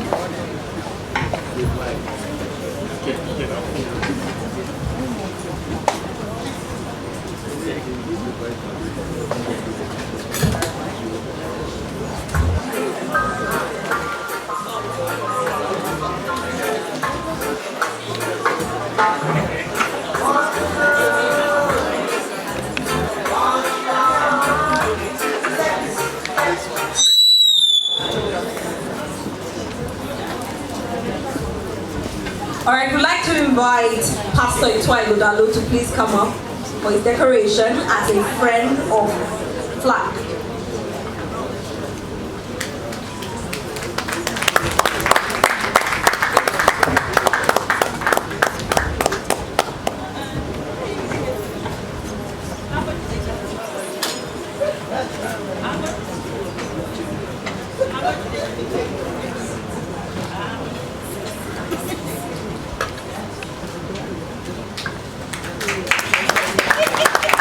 We'd also like to invite Madam Amira to please come up for her decoration as a Friend of Flag. And then together they'll take pictures.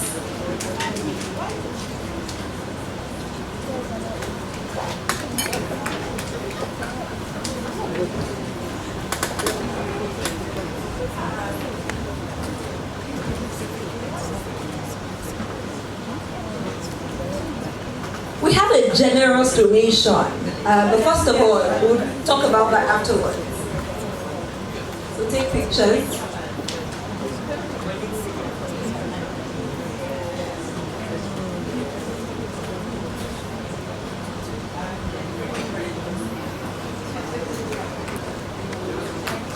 Congratulations, sir. Congratulations. All right, so I mentioned that we have a generous donation from the Southern Governor's Wives Forum, 18 million. Thank you so much. This is what women can do when they come together, especially first ladies. We also have a generous donation from the governor and the first lady of Plateau State, 5 million naira. Thank you so much. Thank you so much. We're so grateful.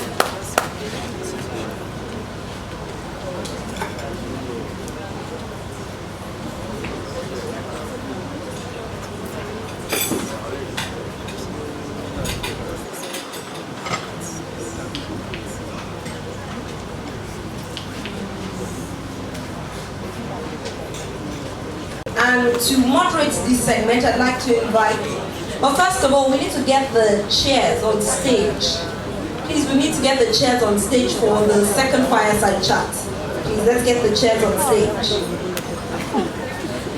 While we're trying to do that, I'd like to confirm if the spoken word artist is here. Spoken word performance? Zainab? Alright, so while we're sorting this out, I believe that we can take the spoken words performance by Zainab Favors Path Additional. Ladies and gentlemen, please a round of applause as she comes up for the spoken word performance. Where's the generous applause? I know we give you generously in cash, but we can still, be generous with our hands. Yes, ma'am, this way.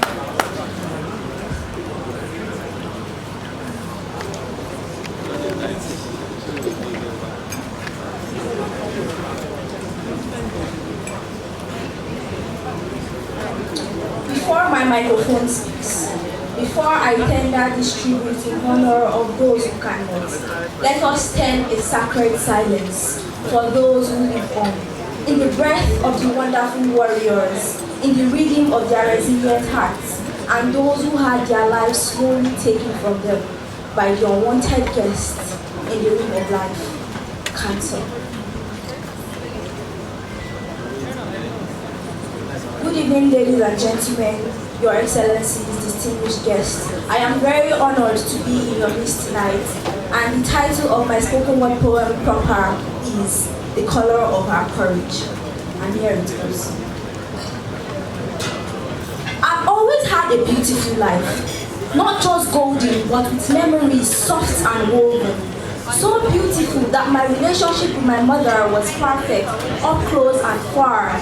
Yes, we struggle sometimes, but life would not be this colorful without her touch, without her touch, without her being too much. And even when I told her to be calm, I secretly loved her chaos.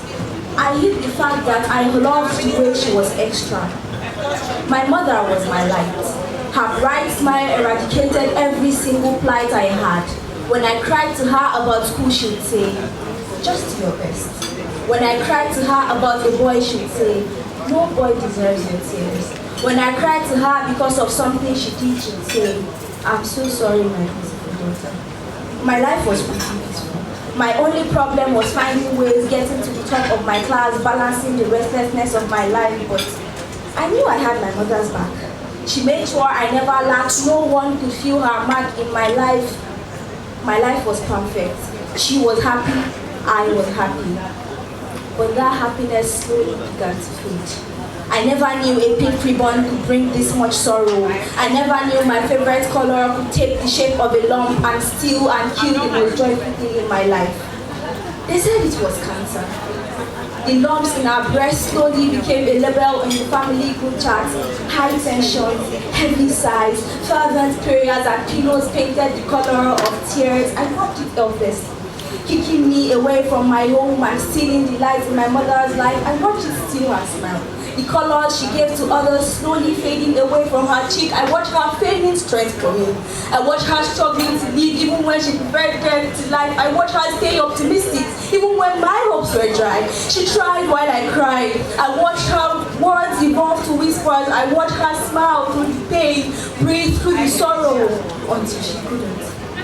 This is my mother, who has no Achilles heels, whose strength is like a boulder within a rock, who danced through storms so I could sleep through thunder, who somehow made the heat of fire cool enough for me. The love in her heart could make it rain cats and dogs in the Sahara. And she made chaos feel like home, and now home is nothing but an empty hollow. I watched her fight. Not with fists, but with faith, hope, and perseverance.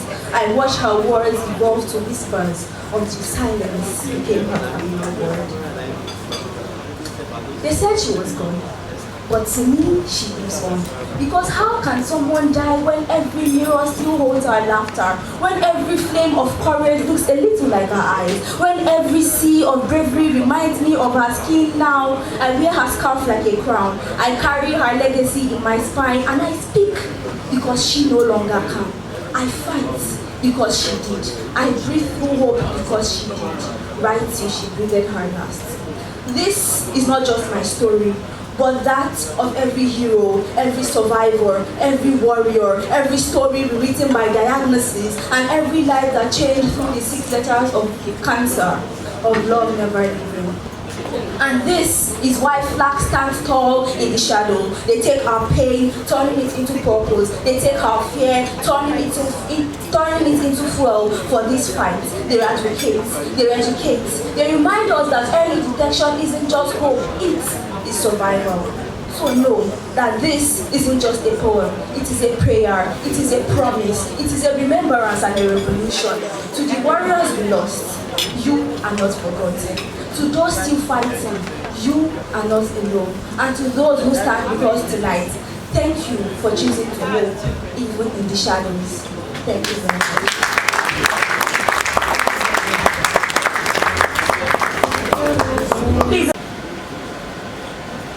Well, first, I would like to really congratulate the organizers. I would like to also congratulate those who are survivors, who have stood here today, shared their stories, and inspired all of us today. Indeed, today is an event where there is hope. Typically, when you come for, or when you go into meetings that have to do with something as life-changing as cancer, it's hard to actually communicate hope. But if there's something that I've gotten out of today's meeting, is that it's not a death sentence and that there is hope. And I think congratulations on doing that. The National Health Insurance Authority, which I lead, and under my chairman is here, Senator Ibrahim Yahaya Oloregbe. Please give him a round of applause, as he has been a strong supporter of what has been going on in health insurance in Nigeria overall. Well, first of all, one of the critical things that we've been talking about here today is affordability. Because as we know, in Nigeria, about 70% of health spend is out of pocket. So that means that for many people, if you have no pocket, you can't afford healthcare. And secondly, we know that even for those who have a pocket, you're one catastrophic illness away from being plunged into poverty. Cancer is one of such catastrophic illnesses. That's why in the NHIA, we believe in having a systems approach to tackling this issue. It's not one we can do alone, but it's one where we want to do in partnership with others. We outlined a strategy to expand coverage to all Nigerians, where in the past year, we've gone from about 16 million Nigerians being covered by health insurance to over 20 million. And we aim to have more. But we also need to do that in a way that recognizes equity and that recognizes that there are those amongst us who need help in accessing care. And that's why for conditions like cancer, what do we do? Well, first, we know that in the NHIA's benefit package, we do cover surgery, we do cover radiotherapy, and we partially cover chemotherapy. But that's not enough. And that's why we have begun to partner with other organizations. For instance, our MOU with our partners Roche here, where we have reduced the cost of cancer treatments by covering drugs so that the patient pays just 20% of the total cost, with Roche and NHIA bearing 80% of the cost of cancer care. In addition to that, shortly we will be launching a catastrophic health fund which aims to cover 3 critical diseases. One is sickle cell disease, the second is end-stage renal disease, and the third are cancers. And this fund will go a long way, not just to cover those who are insured, but also through the Vulnerable Group Fund, ensure that those who are not covered by health insurance will also have access to cancer care. And through this, giving them a fighting chance of survival, because that's what we are here to do. But this is not a speech about NHIA or about what we do. Even though I will stay and advocate and encourage all of us that for us to sustainably finance care and treatment, we need to think about how we are covered by health insurance. We have seen the generosity of people today, but as we build our system, it's also important that we expand coverage to those so that throughout their lifetime, not only if they are fortunate to have cancer, but also other conditions that can be covered. And so we stand ready to support the efforts of the First Ladies against cancer. We stand ready to partner with you and to partner with all stakeholders to ensure that financial access to cancer treatment remains something that all Nigerians can benefit from, and also make sure that we continue to ensure that cancer is not just a death sentence, and that financial access will not be the barrier that will prevent people from surviving this condition. So with that, I'd just like to congratulate everyone once again and restate that we look forward to our partnerships with all the stakeholders, with civil society, with the pharma companies, and most especially with those who have led today's events. Thank you very much. Thank you very much. Distinguished guests, Your Excellencies, ladies and gentlemen, let me thank, first of all, the First Ladies for taking this very, very bold and audacious initiative to ensure that there is a support or fight against cancer. And I'd like to really applaud you and thank you very much and pray that this initiative will get the results that it deserves. Let me also thank Her Excellency, Mrs. Bagudu, for getting me involved in this issue of cancer. There are 3 things that are really fighting the world today. Number 1 is drugs, especially among young people, and it's really becoming an epidemic, and I think we need to look into that very seriously also. The second is this business of cancer, or diseases that seem to have no cure, and they all come under the name of cancer, and we need to also fight it. And then the third are social vices that you get easily on the phone that affects the thinking, the mind of the youth and even the adults. When a man doesn't know if he's a man or a woman doesn't know if she's a woman or a man, and then they're changing their thinking. And I think we need to address these issues. Education, awareness, advocacy, treatment, and then fighting the mafia. A lot of these illnesses have a mafia behind them that are actually pushing it for money reasons. From my perspective as a man of faith, we know that most things have a spiritual undertone, because the spiritual controls the physical. A man was brought to Jesus Christ, he was sick, and then Jesus said, your sins are forgiven. And the people started to complain, why are you forgiving his sins? He's sick, heal him of the sickness. He says the sickness has come because of sin. So we must have an advocacy towards righteousness or right living. Then we must look at the foundation of some illnesses. They've been spiritually birthed also. We must treat those foundations. And then of course there is the place of prayer, because after a while even the doctors will tell you that we've done our best. If you believe in a man up there, better pray. So part of what we are advocating is both the spiritual and the physical aspects of treating difficulties, challenges, and sicknesses. I also chair an organization called the African Cancer Center. our vision was to build a world-class cancer center, but we're focusing a lot more on research now and also on supporting indigent people to get access to cancer treatment, and also on supporting people who want to do further research and further training in cancer to have those opportunities. I want to assure our First Ladies that we will partner with them and we will be praying for this initiative, and of course we will write our checks, because faith without works is dead. Congratulations to you all. Thank you very much for this privilege. God bless you, and I really, really look forward to working with you to make this a reality. Thank you very much. Thank you so much, Pastor Itua. You know, one of my favorite parts of his speech was when he said, we'll write you a check. We're very grateful, sir.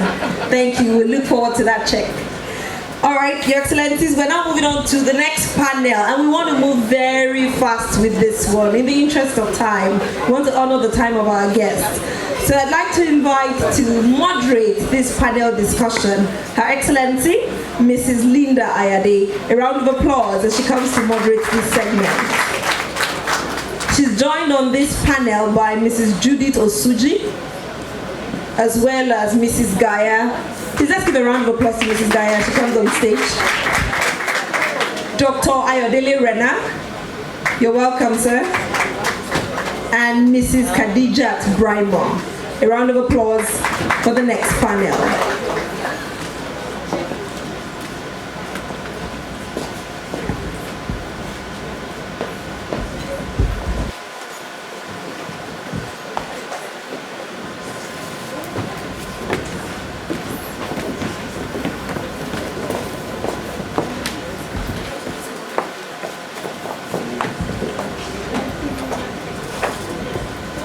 Distinguished ladies and gentlemen, good evening and welcome to our second round of the Fire Chat with Cancer Warriors and Caregiver.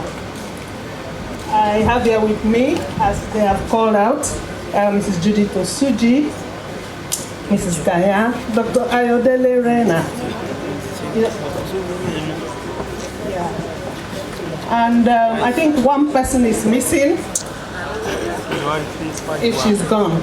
Okay, so you're welcome and thank you for agreeing to come and share your experience with us in the cancer care journey. So we are racing against time, so I'll keep it very short and simple. I'll just go straight to it. We just need you to share just a bit of some of your experience with us all as we move forward in this cancer care journey. So I would go with Mrs. Judith, right? I'll go with you first.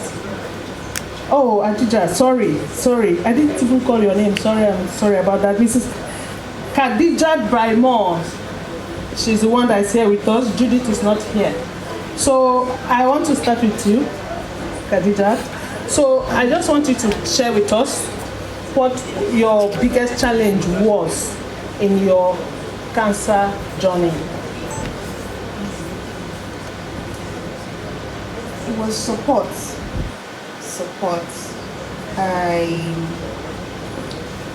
I live alone with my kids, so support. I didn't have anyone to take care of me, so it was just me and my kids. So that's basically my biggest challenge. Okay, and I assume that your children were young at the time. And when you say support? I am currently undergoing treatment. I am still undergoing treatment. Yes. Okay. So we have heard from her, her biggest challenge has been support. Support, cancer is a big thing. That this thing called support has to come in various ways. So she has just said support, psychosocial, maybe financial and all of that. But I don't really know. But she has just said support. So I'll move on to Mrs. Gaia. Mrs. Gaia. So in your own case, what would you say were your positive experiences during your period of cancer therapy? as a 6-year triple negative breast cancer survivor and an 8-year cervical cancer survivor, I would say that being able to influence people around me who have also been this work. So I would just want you to tell us in 2 sentences, what is your charge to Nigerians? So thank you very much, Your Excellency. My charge to Nigerians is early diagnosis. Unfortunately, she had such an aggressive form of cancer. My mother died in 2011 as a result of gallbladder carcinoma, and she had 6 months between diagnosis and death. So I only had 3 days to greet her when I got back from NYSC. I got back on Saturday, she was gone by Monday morning. So early diagnosis is key, such that don't ignore symptoms that are unusual. The earlier cancer is diagnosed, the better the prognosis is, the cheaper the treatment ends up being, and the better the prognosis and the long-term outcome is. So my charge to Nigerians is please seek early diagnosis for better outcomes. Thank you very much, the noisy pediatrician, Dr. Reina. Thank you. For want of time, we don't want to keep it longer than this. We want to keep it this short. But in my conclusion, I want to like to tell all of us that cancer is like a hydra-headed monster health challenge, and therefore it requires multiple aggressive approaches to tame it. And the good news is we are taking the challenge head-on and are making significant progress with it. And as you have all seen, FLAC is not left out in this statistic.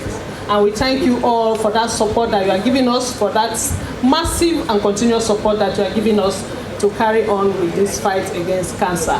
Thank you very much. Thank you, my panelists. Thank you for helping us to keep to time. God bless you. Thank you so much. Please, can we? Your Excellencies, distinguished guests, fellow advocates and survivors. First, I would like to say thank you to the organizers for the topic, because the children are the future. But are we really helping them to see themselves in the future? It's an honor to stand before you today, not just as a childhood cancer survivor, but as someone who understands firsthand what it means to face the battle at my formative year. I was diagnosed with Burkitt lymphoma when I was 8 years old, exactly 25 years plus as a childhood cancer survivor.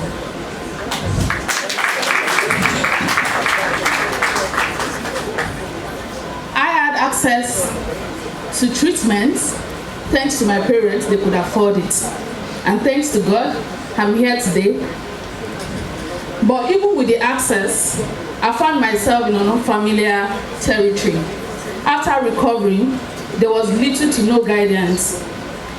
I walked that journey confused, isolated, and uncertain about how to rebuild my life. I lost 2 years to active treatment, unable to measure up with my peers in school. So reintegration back to school was a difficult one for me.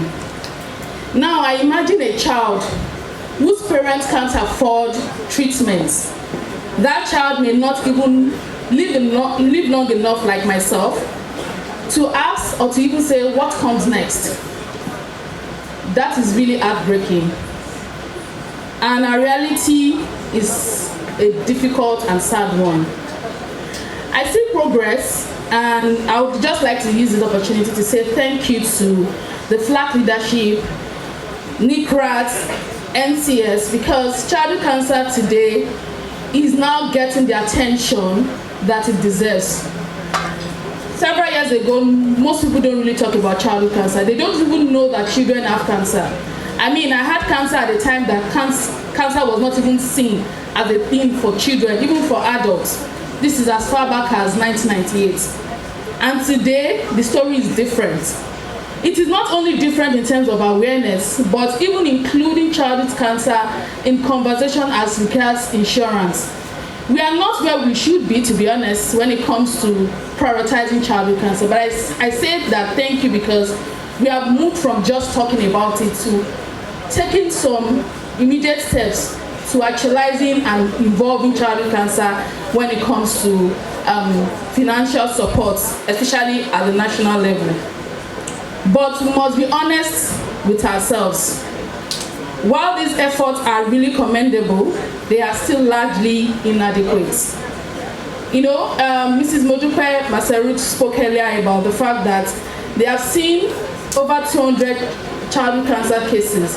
And when you look at our statistics as of today now, you see about 7.2% of children, when it comes to the national population of those that are diagnosed with cancer, 7.2% of them are children. That figure is really high. That's over 8,000 every year. That's a large figure for us. And too many of them are still dying because they don't have access to treatment. Too many families are falling into poverty because they have to choose between saving a child and saving other children that they have. We should not have to choose between that. So I just want to say, to round up, I want to beg and I want to plead. Our mothers, our fathers, first ladies here, you all know the struggle to raise a child. You all know the agony of being a parent and having to watch your child die. I'm here today because my parents fought for me.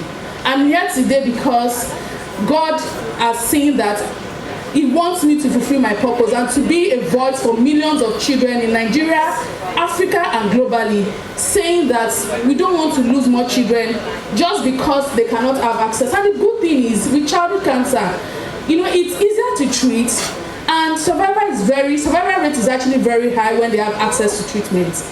Can we please dedicate a specific or separate budget for children? We should not even have children pay for treatment at all.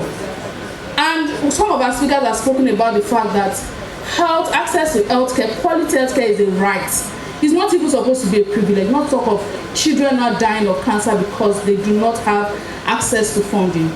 I'm charging everyone in our individual spaces, as we've been doing, as the leadership of FLAC has helped us to incorporate in their own, because I see what they've done in terms of awareness, sensitization, and support.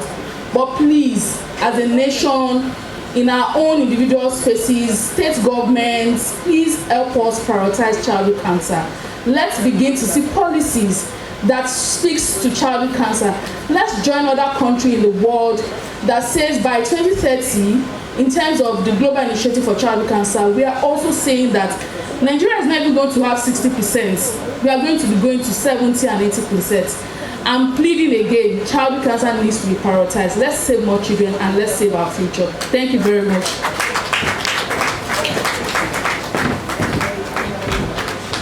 Thank you very much.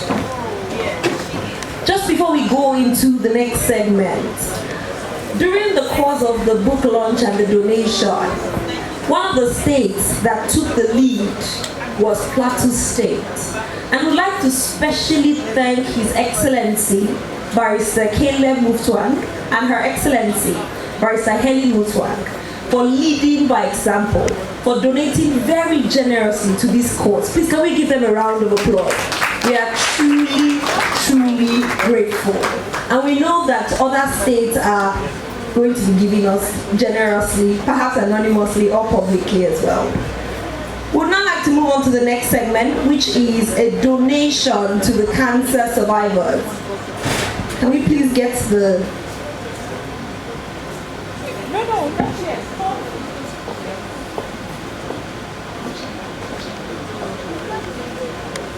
So to donate, to lead this segment, I'd like to invite Her Excellency, Mrs. Eunice Autumn. Please let's give a round of applause to Her Excellency. And Her Excellency, Hajia Lamif Intiri. They will be leading the donation to the cancer survivors. We see that FLAC is giving back. We see that FLAC is passing across, this show of love. We see that FLAC is supporting people. And this is what they're going to demonstrate through this donation to cancer survivors. Please let's give them a round of applause as they come on stage.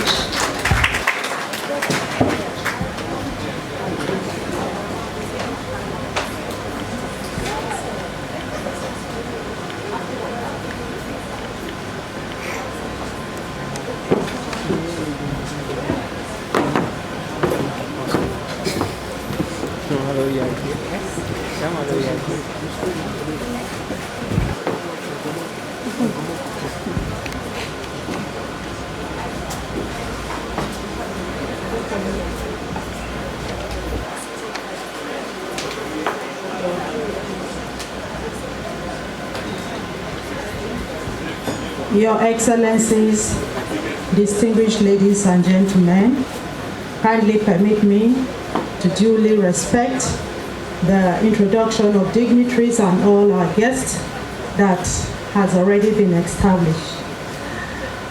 I would also, on behalf of FLAG, appreciate every one of you that has endeavored to make this program a huge success. You've supported us with your awesome presence, time. You've sat throughout this event patiently, participating in all the sections of the event. And also you have supported us with valuable time and resources. May God Almighty replenish in abundant food. And so now, it is the moment of all moments. This is a time to appreciate resilience, to celebrate lives, particularly lives that happened to pass through tough times due to cancer disease, but came out stronger and better.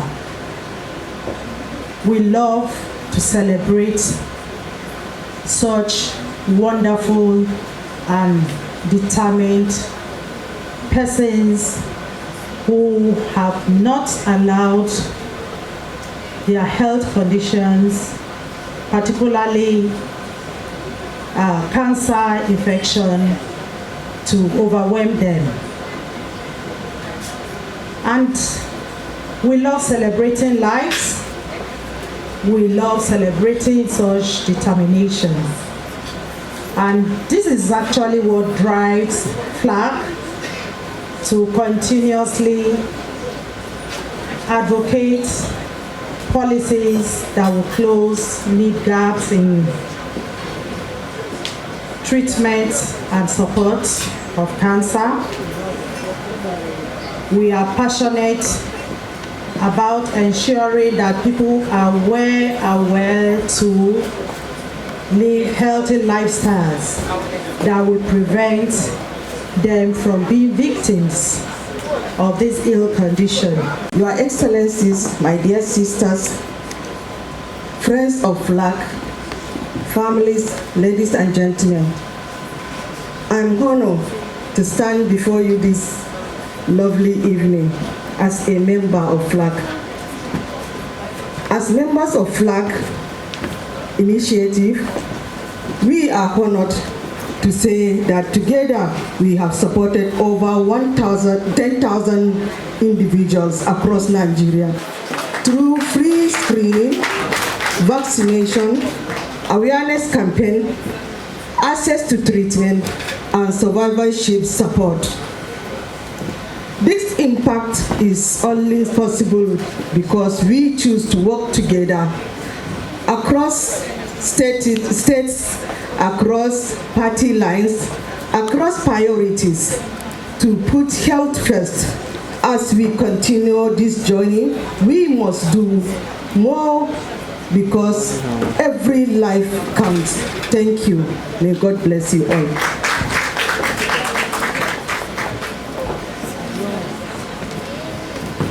Survivors?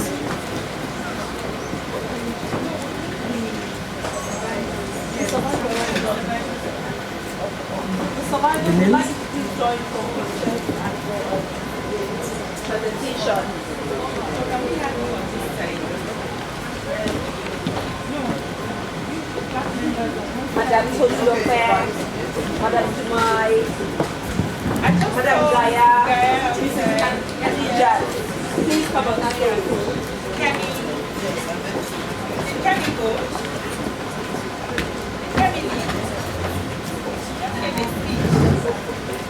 Madam Gaya.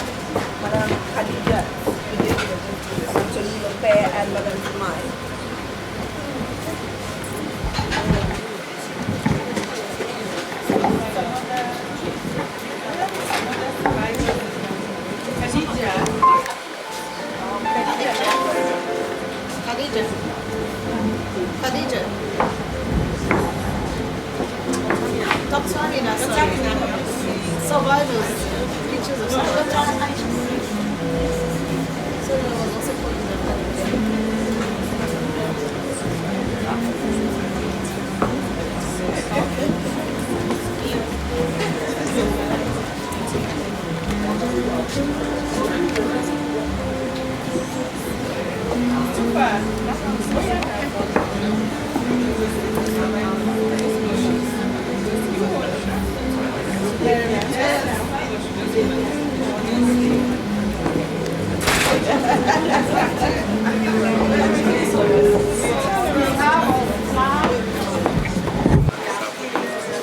Send this donation to you.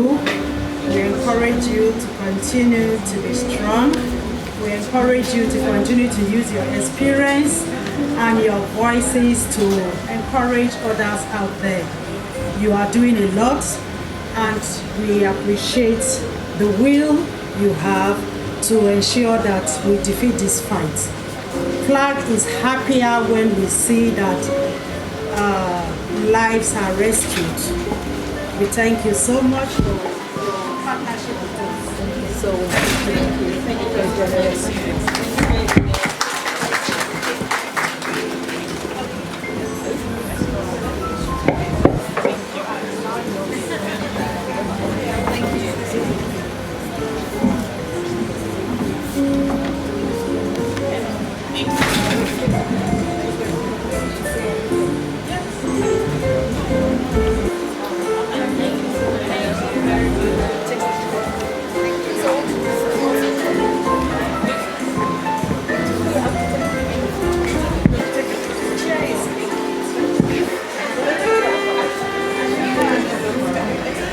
Thank you very much, ladies.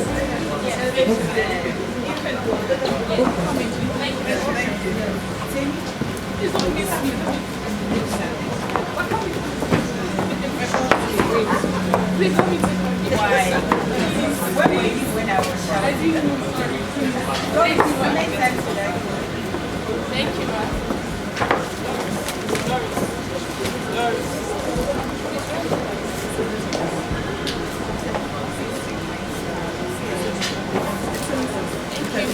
Chair, Dr. Zainab, Dr. Z, Dr. Z. So she's been trying to manage everybody and everything, and we took this one out of her hands. As a sister, a friend, and a colleague, Her Excellency Dr. Zainab Shinkafi Bagudu concludes her tenure as chairperson of FLAG, First Ladies Against Cancer. I join my fellow First Ladies in recognizing the remarkable impact of her leadership. Dr. Bagudu has led FLAG with a lot of passion and a never say die attitude. Through her steady guidance, she has inspired First Ladies across Nigeria to take practical steps in the fight against cancer, not just through advocacy, but through concrete state-level interventions. No matter the challenge you are facing, Dr. Bagudu always has an answer and the resources to help. And you cannot ignore her calls because she will not stop calling. She consistently provides timely information and expert direction, and has enabled many of us to implement effective strategies for prevention, early detection, treatment, and care in our respective states. Her passion for this cause is deeply personal. It is what led her to establish the Medicaid Cancer Foundation, the MCF, and her influence has gone beyond national borders, earning her recognition on the global stage and culminating in her recent election as President-elect of the Union for International Cancer Control, UICC. Dr. Bagudu has also ensured that the work of FLAG receives the national visibility and support it deserves, as have seen from what she has done for us today. By engaging the federal government and the Office of the First Lady of Nigeria and securing vital partnerships from the private sector and development stakeholders, she has strengthened the foundation upon which FLAC stands today. So as we warmly welcome the incoming chairperson, I wouldn't say anything, I am confident that she will be able to build on the legacy of Dr. Bagudu and take FLAC to higher heights. Dr. Bagudu, we are saying thank you very, very, very much.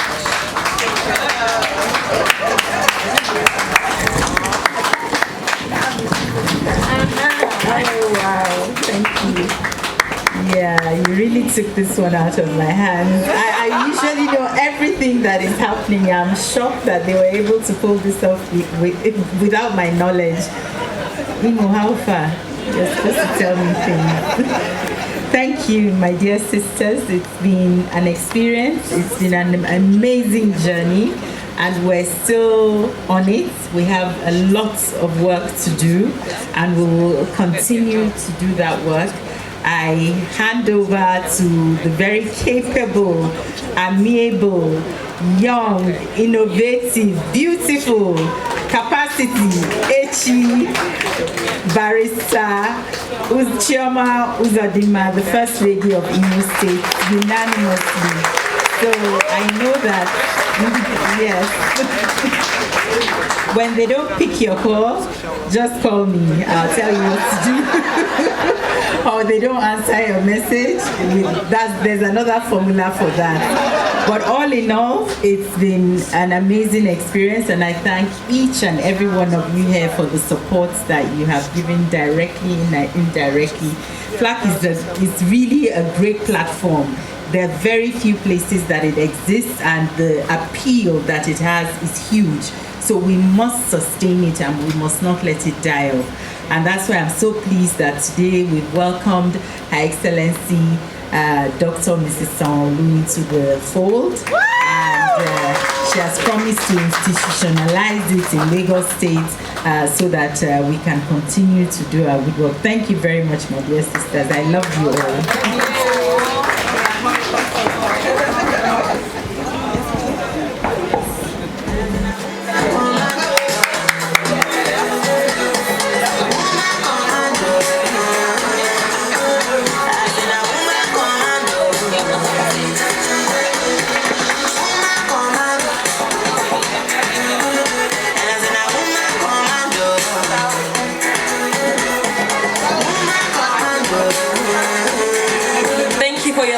Service, Your Excellency.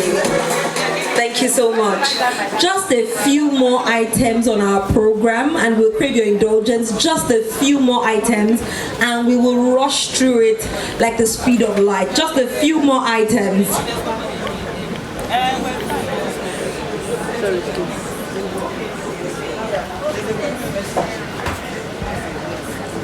Just a few line items, quick, and we'll be out of here. I'd like to invite the Mrs. Sophia Bossman Kemjo from City Cancer Challenge to please come up for a very quick goodwill message. We're going to move at the speed of light, so we'd ask you to please, you've been patient with us, please. We know we're running really, really fast. You can see her, she's running fast to the stage. Yes, thank you, you see she's running. Thank you. And then we'll have a goodwill message also from Dr. Uche Nwoko, Director, National Cancer Control Program, and for the representatives from NICRAT and NCS and WHO, if they're still around. So if you're still around, please signify, and then we'll take a quick goodwill message. But we'll be out of here in no time. We thank you for your patience. Thank you so much, Your Excellencies. Thank you very much, and congratulations, First Ladies. This is a tough spot to take, and so I'm going to stand on the established protocol and start by saying bonsoir. Yes, so it's really an honor for me to be here and to witness this uplifting energy around cancer patients. their voice is often too neglected, and it's really refreshing to see how the first ladies of Nigeria here are putting them on the map and really making sure that everything that is discussed is putting them at the center. So at City Cancer Challenge, we are very privileged to be working in Nigeria since the signing of an MOU in 2023 with the Ministry of Health, the civil society, so Medicaid Foundation and FCT Abuja, to actually support the city in actually working to fight the cancer by designing solutions and also implementing them. So recently, I'm just coming from Lagos, and we completed a need assessment that allows us to have data, because most often we are speaking on cancer treatment, on how to address the fight without the data. And through this process, we were able to interview and work with over 500 cancer patients to actually get their perspective and make sure that all of the solutions that will be developed will be including their voices. And we are also grateful to have partners, funding partners like Roche, who are also supporting the initiative in the country, in Abuja, to make sure that everything that is needed, the resources are there to support the solution that will be developed. And we also have technical partners like organizations like ASCO and other, cancer-related patients that provide technical expertise, IEA, because we really want to make sure that all the solutions that will be developed in Abuja in the cancer care space takes into account global and international standards, because the place where you live should not determine the access you get to cancer care. So here we are hearing the progress that are being made. We stand by FLAC. We stand by the Nigerian community to work together, partner together, and make sure that all the products, the solution that will be developed, including the inventory and all the plans, will allow the Nigerian stakeholder, the community, to do more fundraising, to mobilize resources, because there will be clear plans, there will be clear content, clear understanding on the type of infrastructure, on the type of capacity development, on human resources, the type of quality of cancer care that is given in the city. So on behalf of the City Cancer Challenge, I want to say thank you very much, and we are here together. Thank you. Thank you so much. Very quickly, I'd like to invite Dr. Uche Nwoko, Director, National Cancer Control Program, for a very quick, if you can make it 1 minute, we'll truly, truly, truly appreciate it. A very quick little message. A round of applause. You're welcome, sir. Yes, good evening, everyone. Please let me align myself with all the protocols established for the want of time.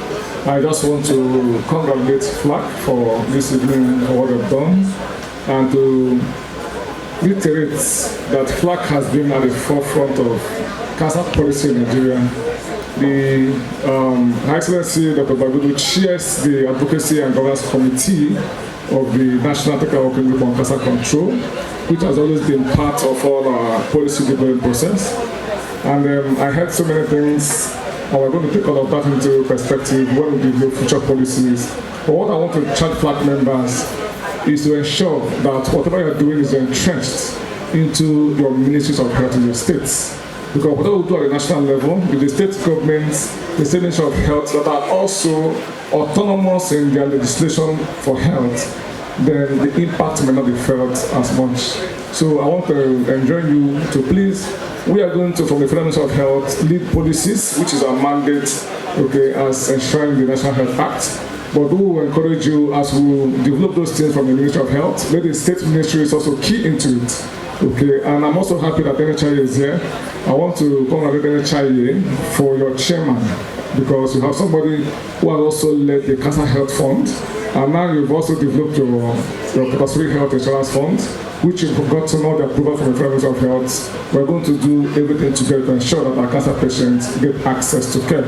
Yesterday, the Minister of State for Health launched a new test kits for early detection of about 9 cancers. So we're going to develop programs to ensure that cancer begins to be screened and detected early enough, where treatment outcomes will be much better. Congratulations, FLAC, for all you do. Thank you so much, everyone. Thank you very much. And on the goodwill message lineup, very quickly, please let's invite Professor Abidemi Omonisi, NCS President. A round of applause. NCS President. Okay.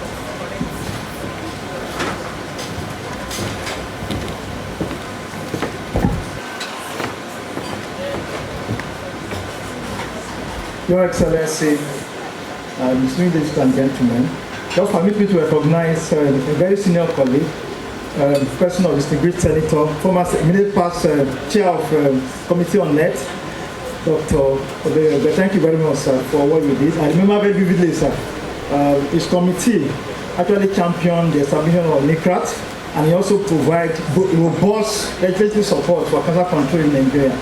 What we're enjoying today at the federal level is what he did when he was chairman of Committee on Net. Thank you very much, sir. Thank you, appreciate you, sir. I must really thank Our Excellency for inviting us to be here. PLAG is a member of Nigeria Cancer Society. Matter of fact, PLAG is one of the life members that we have.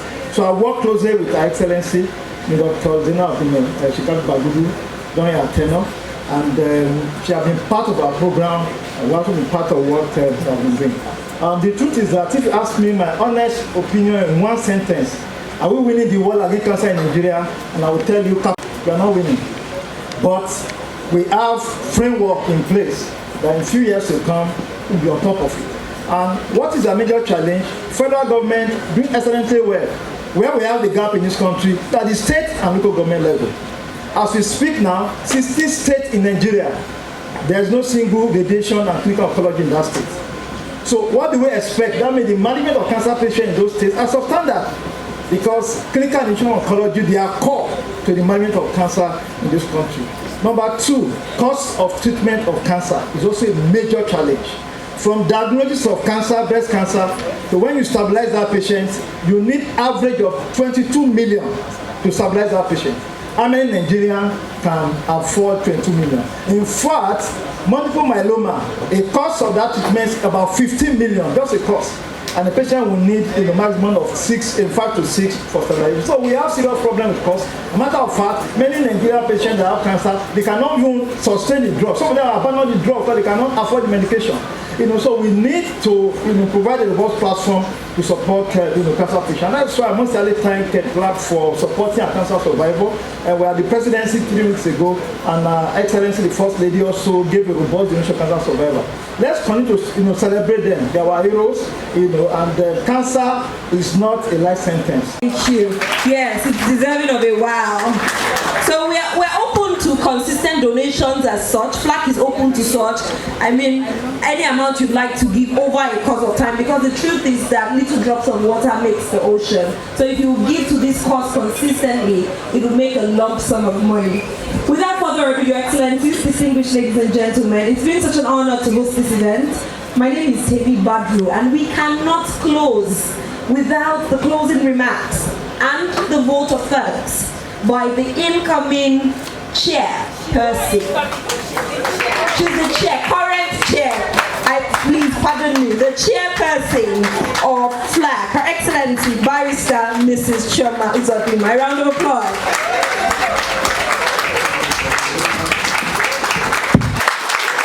Thank you. Good evening, everyone. Your Excellencies, distinguished Senator, please permit me to rest on already established protocol. Your Excellencies, distinguished guests, friends of PLAG, cancer survivors, the launch of the PLAG book captures our collective journey, providing advocacy tools and roadmaps for families navigating cancer journeys across Nigeria. As First Ladies Against Cancer, we have demonstrated that when women in leadership unite with purpose, barriers crumble and possibilities expand. Our work transcends political affiliations because cancer recognizes no such divisions. We are mothers, daughters, sisters, and leaders who understand that the health of our people is fundamental to our nation's prosperity. In this regard, I would also like to acknowledge a significant contribution to our shared cause. The First Lady of Nigeria Her Excellency Senator Oluremi Tinubu CON, on behalf of the Renewed Hope Initiative, has donated 1 billion naira to the National Cancer Fund to fight the scourge of cervical cancer in Nigeria. She has also made a passionate call to all Nigerians, especially women, to speak up and seek the help they need when faced with medical challenges. This call to action was made during her meeting with the National Task Force on Cervical Cancer Elimination at the Aso Rock Villa, Abuja. It is an inspiring reminder of what is possible when leadership meets compassion and action. Special thanks to my sisters for trusting me with the role of chairperson of the First Ladies Against Cancer, FLAC. I am truly honored by your confidence in me. I promise to keep promoting the values and goals of FLAC and to continue the good work we have started together. I'll give my best to ensure that we stay united and focused as we work to create more awareness about cancer and support those affected by it across Nigeria. Together, with the support of fellow First Ladies, I am committed to stepping up efforts in the fight against cancer. I also want to sincerely thank my predecessors, Dr. Zainab Shinkafi Bagudu and Dr. Amina Abubakar Bello, both outstanding medical professionals whose leadership and contributions have helped build the strong foundation we stand on today. I salute their vision and tireless advocacy. While I may not be a medical doctor, I'm a lawyer.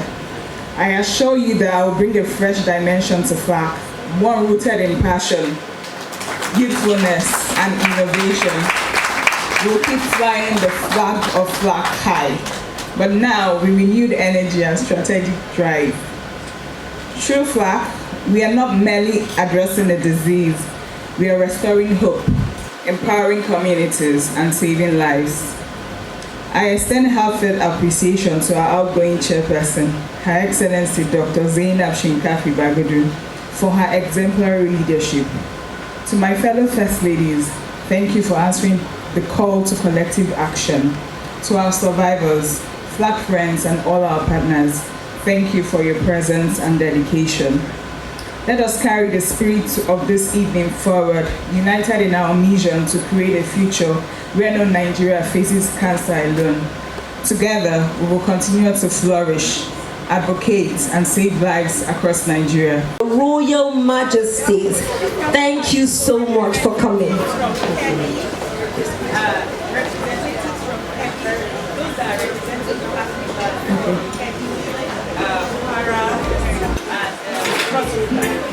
Representatives from Kebbi, Kwara, and Cross River, please come forward. And Katsina, FLAC representatives of the First Lady from Kwara, Katsina, Kebbi, and Cross River, Ekiti as well. Please come forward. Please come forward. And if you haven't submitted the slip for donation, please be sure to submit that slip for donation. If you haven't submitted it, please do. If you haven't given, as we go ahead, the account details will be on the screen so that you can give towards the cause. Thank you, Your Excellency, distinguished ladies and gentlemen.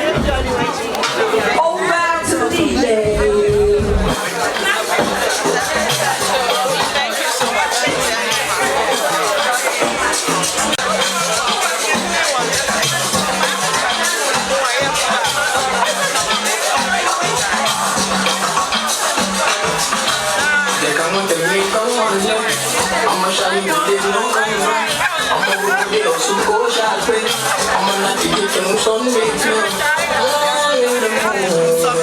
I'm